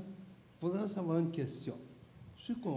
Moi, ça me fait longtemps, ça me propose ceux qui reçoivent de l'aide sociale. Je voudrais savoir, le gouvernement, en janvier 2018, il versait 1138 par mois. Je voudrais savoir si vous rentrez le Parti québécois ou la CLAC, notre aide sociale, Québec solidaire. Québec solidaire. Ça va très bien, les chiffres en plus. Oui, pardon, monsieur. Oui, que si vous rentrez, notre chèque de l'aide sociale va augmenter, comme le gouvernement qu'on avait, un petit peu, on ne sait pas.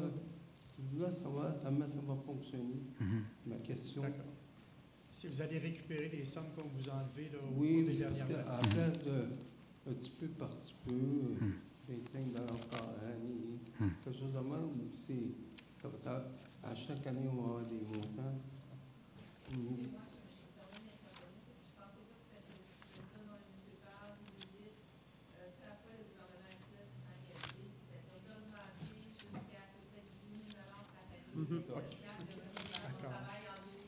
OK, c'est ça. D'accord. Je pensais que tu parlais des peu. Non, mais c'est bien que vous le précisiez.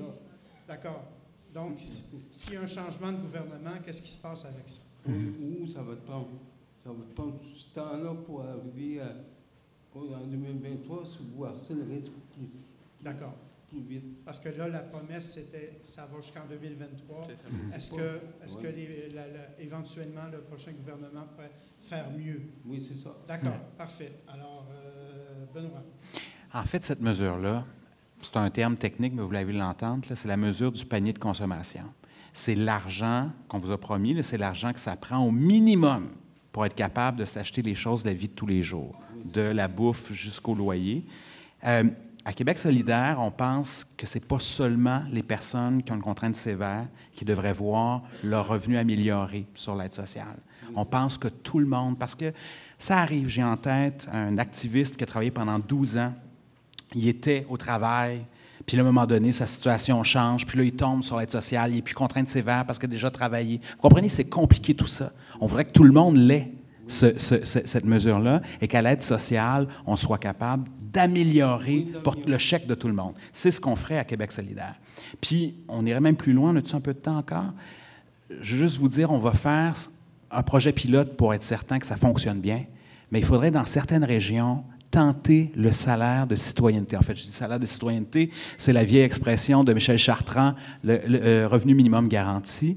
Puis on va regarder comment ça fonctionne. Il y a des bénéfices extraordinaires, on le sait, mais on va les tester. Les gens, peu importe leur situation, auront tous un revenu de base et on verra, comme ça a été le cas en Ontario, mais dans certains pays d'Europe aussi qui l'ont adopté, les bienfaits que ça vous fait à vous ou à la société. Donc, c'est les mesures sur le soutien aux revenus de Québec solidaire.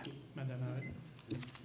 Nous, à la CAQ, on croit que le 18 000 $ par année que vous allez recevoir ne devrait pas être arrêté après 5 ans. Vous en avez besoin plus que 5 ans. Donc, à la CAQ, on s'est engagé de maintenir cet engagement-là du gouvernement actuel à 18 000 $ par année, mais au-delà de 5 ans.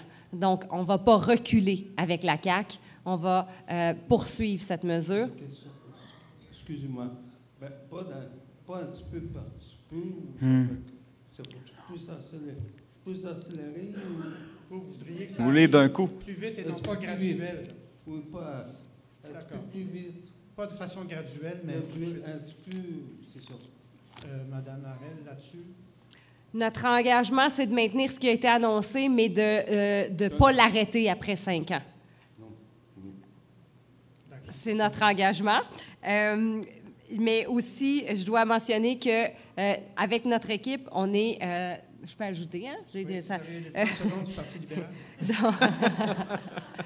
Bien, justement, c'est ce que je voulais dire, c'est que le Parti libéral n'a rien fait pendant plusieurs années. Et là, à la veille des élections, il annonce des mesures comme ça en pensant que les Québécois sont naïfs et que là, ils vont penser que le gouvernement s'occupe d'eux, mais c'est simplement une mesure électoraliste. C'est pourquoi, d'ailleurs, il l'annonce pour 5 ans seulement, alors qu'on sait très bien que les gens vont avoir besoin de ce revenu-là tant et aussi longtemps qu'ils vont en avoir besoin, pas juste la pauvreté ne s'arrête pas après 5 ans. Ce que je veux dire, c'est qu'avec notre équipe, on a Marguerite Blais, Daniel Mécan, François Paradis, Lionel Carman, Marilyn Picard. C'est une équipe. Les noms que je vous ai nommés, c'est des gens qui ont à cœur cette réalité-là et qui travaillent fort pour s'assurer que la CAQ, dans ses engagements, prend toujours en compte cette clientèle aux besoins particuliers. Merci. Monsieur Turcotte? Bien, nous, au Parti québécois, ce qu'on dénonce, c'est que cette mesure-là ne sera pas appliquée maintenant, elle sera appliquée dans 5 ans. Donc, c'est ça l'enjeu, là. Donc, nous, ce qu'on a fait, mon collègue Harold Lebel, qui a fait la bataille là, à l'Assemblée nationale, parce qu'on considère que, à première vue, ça peut être une bonne mesure. D'ailleurs, nous, on aurait aimé ça, puis un peu comme Québec solidaire, étudier la question du supplément du revenu minimum garanti. D'ailleurs, c'était un des rêves de François Blais, le ministre actuel. La seule chose que François Blais a fait, là, les libéraux ont fait quelque chose pour l'aide sociale. Ils ont décidé de mettre des sanctions à l'aide sociale, puis d'amener des risques de coupe de moitié du chèque d'aide sociale. Donc, nous, au Parti québécois, on veut abolir les sanctions à l'aide sociale dans un premier temps. On veut aussi étudier la question du revenu minimum garanti, puis on veut s'assurer qu'une mesure qui peut être intéressante, comme celle que vous parlez, soit appliquée plus rapidement pour faire en sorte qu'on puisse sortir les gens plus rapidement de la pauvreté. Merci. Merci. Merci, Mme Legault, pour la précision. J'avais pas... Ouais. Ça prend toujours une journaliste dans la salle. Oui, c'est ça. Toujours. Donc, avant de terminer, chacun des candidats a un petit temps pour conclure. Donc, ils ont chacun une minute plus de 30 secondes. Donc, vous avez 1 minute 30 chacun. Alors, ça sera Benoît, M. Turcotte, puis Mme Arel. Alors, je suis très heureux d'avoir vécu ça avec vous. C'est important que vous preniez la parole. Il faut continuer de le faire. C'est super important. Je vais vous dire, parfois, on voit les mesures de Québec solidaire comme étant trop généreuses. Hein, on entend ça. Je veux juste vous rappeler que les premières coupures à l'aide sociale datent de 1993, que les premières grandes coupures en santé datent de 1995, essentiel qu'on subit encore, et qu'on est dans un cycle de diminution évidemment, il y a une croissance des dépenses, là, mais ce que je veux dire, c'est qu'on investit moins dans les programmes sociaux qu'on aurait dû le faire. Et une des raisons pour lesquelles ça arrive, c'est parce qu'on ne taxe plus les bonnes personnes. On est rendu à quoi? 17 % à peu près, qui est des programmes sociaux qui sont assumés par des individus. Donc, imaginez, 83 %, je m'excuse. Donc, imaginez, avant c'était 50-50, aujourd'hui, c'est la classe moyenne, c'est les personnes que vous êtes qui assumez pour tous ces programmes sociaux-là. Il faut renverser la vapeur. Puis, on va renverser la vapeur en réinjectant, comme du monde, de l'argent dans la santé et les services sociaux, dans les CLSC d'abord, pour les ouvrir 24 heures par jour, 7 jours par semaine, aussi dans une loi sur l'accessibilité pour réparer l'erreur historique qui a été de vous oublier, d'abord de vous institutionnaliser les personnes en situation de handicap. Et là, aujourd'hui, il faut prendre les moyens pour vous donner la liberté. À Québec solidaire, on a des idées populaires parce qu'on pense d'abord et avant tout au monde. Et c'est drôle parce que tous les partis copient nos idées.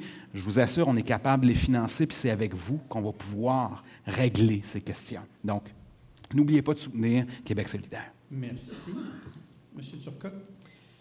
Bien, j'aimerais tout d'abord vous remercier pour votre présence, votre implication pour une cause qui mérite qu'on se tienne debout. Merci pour votre travail dans la communauté. Un gouvernement du Parti québécois va réinvestir dans les organismes communautaires.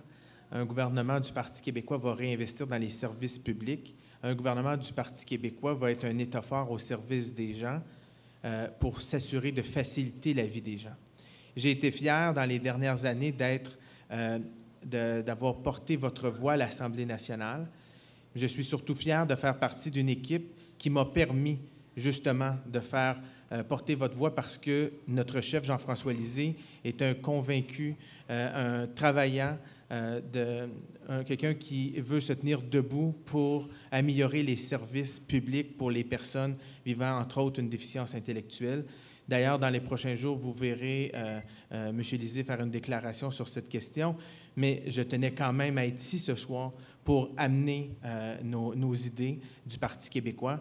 C'est le travail que je veux continuer à faire à l'Assemblée nationale comme député, et je souhaite pouvoir être un député aussi au gouvernement pour pouvoir amener cette voix, pas uniquement à l'Assemblée nationale, au gouvernement. Ça ne fera pas tard d'avoir quelqu'un au sein du gouvernement qui croit en vous et qui veut vous aider. Merci. Et j'aimerais souligner Alicia, qui a été extraordinaire tout le temps du débat. C'est notre vedette ce soir.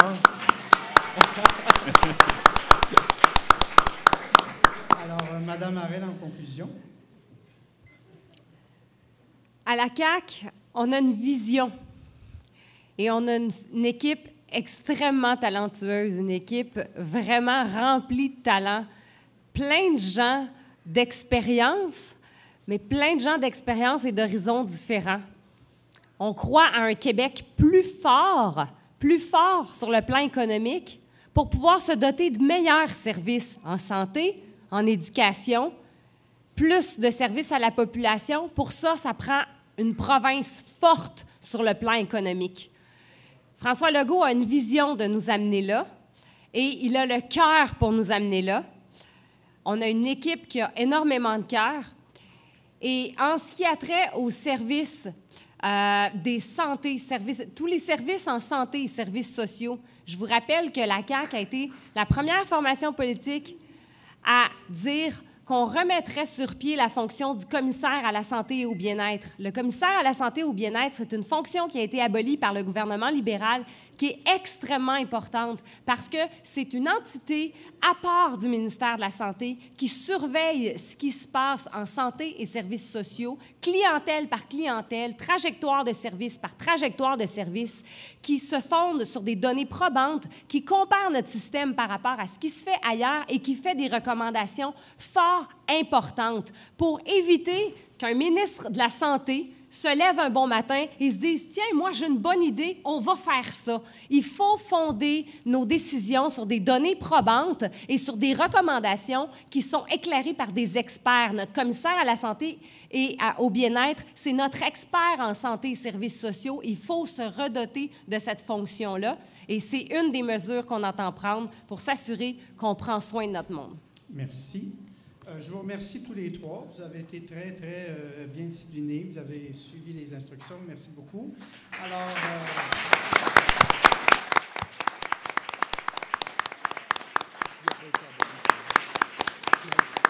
pour le mot de la fin, j'invite Annick Larose donc, à venir faire le petit mot de la fin. Merci beaucoup.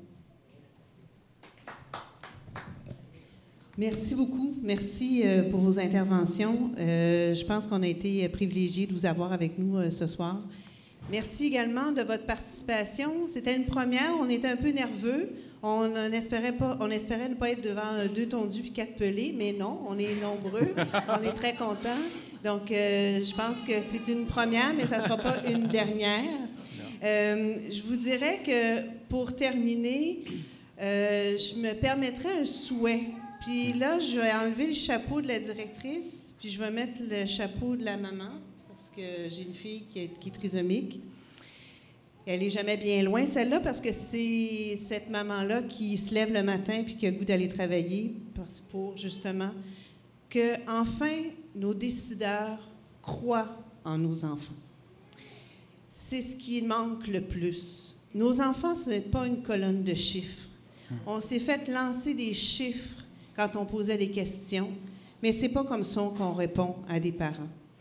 On a besoin, on a des questions qui viennent de nous, on a des inquiétudes, on a des volontés, des rêves pour nos enfants, et les personnes elles-mêmes qui vivent avec une déficience intellectuelle les expriment, sont capables de les exprimer. Donc, c'est beaucoup plus que seulement des programmes, que des vœux, que des souhaits, mais c'est également d'y croire. Très longtemps, les personnes qui ont une déficience intellectuelle, on les a mis à l'écart. C'est plus le cas, et c'est surtout, on ne veut plus que ça soit ça. Malheureusement, si on ne continue pas à avancer, on va reculer. C'est comme aller à vélo, on va perdre. Et moi, mon inquiétude, c'est qu'avec toute la réorganisation, on est devenu une dilution très, très fine, presque homéopathique, dans une mère médicale. Donc, on n'a plus de parole, on a été dilué. Donc, c'est le mandat qu'on s'est donné à la société d'avoir une voix forte. C'est pas facile à tous les jours, parce qu'il y en a qui se bouchent les oreilles, qui ne veulent pas nous entendre, mais je pense qu'il va falloir se faire entendre d'autant plus. Les personnes qui ont une déficience intellectuelle, il n'y en a pas beaucoup qui votent, donc on n'a pas beaucoup de poids électoral, sauf qu'il y en a qui votent, mais ils ont des pères, des mères, des sœurs, des frères, des grands-parents. Ils ont tout un réseau autour d'eux qui vous regarde aller. Alors, c'est certain que c'est le message que je veux lancer. Allez voter, c'est important. C'est un privilège, mais c'est un devoir de citoyen également d'aller voter. Moi, je dis toujours à mes enfants, Marie, qui a 23 ans, elle va voter, puis elle est fière d'aller voter. Mon fils, qui a 20 ans également. Il y en a qui ont perdu leur vie pour pouvoir aller voter. Vous n'avez pas le droit de rester chez vous. Vous devez aller voter. Alors, c'est encore plus important, je vous dirais, pour les parents ou ceux qui sont proches des personnes qui ont une déficience intellectuelle, d'aller exprimer par votre vote comment vous voulez qu'on s'occupe de vos enfants. Alors, je tiens à vous remercier infiniment. Je tiens également à remercier mon équipe qui a travaillé très, très, très fort pour bâtir un événement comme aujourd'hui. On met beaucoup d'énergie. Merci également aux associations qui font de notre fédération une fédération forte. Sans vous, on serait une coquille vide. Donc, on va être vraiment plein de cette énergie-là. Et je vous dirais que on fait également des événements très festifs. Donc, le 27 septembre prochain, je profite de ce moment-là de faire une petite publicité. Nous organisons un événement au Lion d'Or, un cabaret qui s'appelle Singulier Pluriel, parce que les personnes sont singulières, mais elles veulent être dans le nombre, dans le pluriel. Et donc, c'est Vincent Guillaume-Motis qui est notre porte-parole, qui sera également, vous l'avez peut-être entendu ce matin à Gravel le matin. Donc, c'est un événement qu'on veut festif pour souligner également la nouvelle Société québécoise de déficience intellectuelle et souligner les 30 ans du support qui est notre fondation qui soutient notre fonctionnement. Alors, c'est un événement important dont je vous convie et je vous remercie infiniment de votre présence. Je vous dirai à dans 4 ans. Et on avant ça. Oui, c'est certain. Mais ça se fait avec tout le monde, hein, la politique. Oui. Bravo, Oui. bravo, bravo. Et restez là pour le rappeler, hein. Restez là. Parce qu'on pourrait chanter à la veille des élections. Il vous appelait son fiston. Le lendemain, comme de raison, il avait oublié son nom. Exact. Alors, j'espère que ce n'est pas le cas. On se rappellera nos noms. Merci. Au revoir.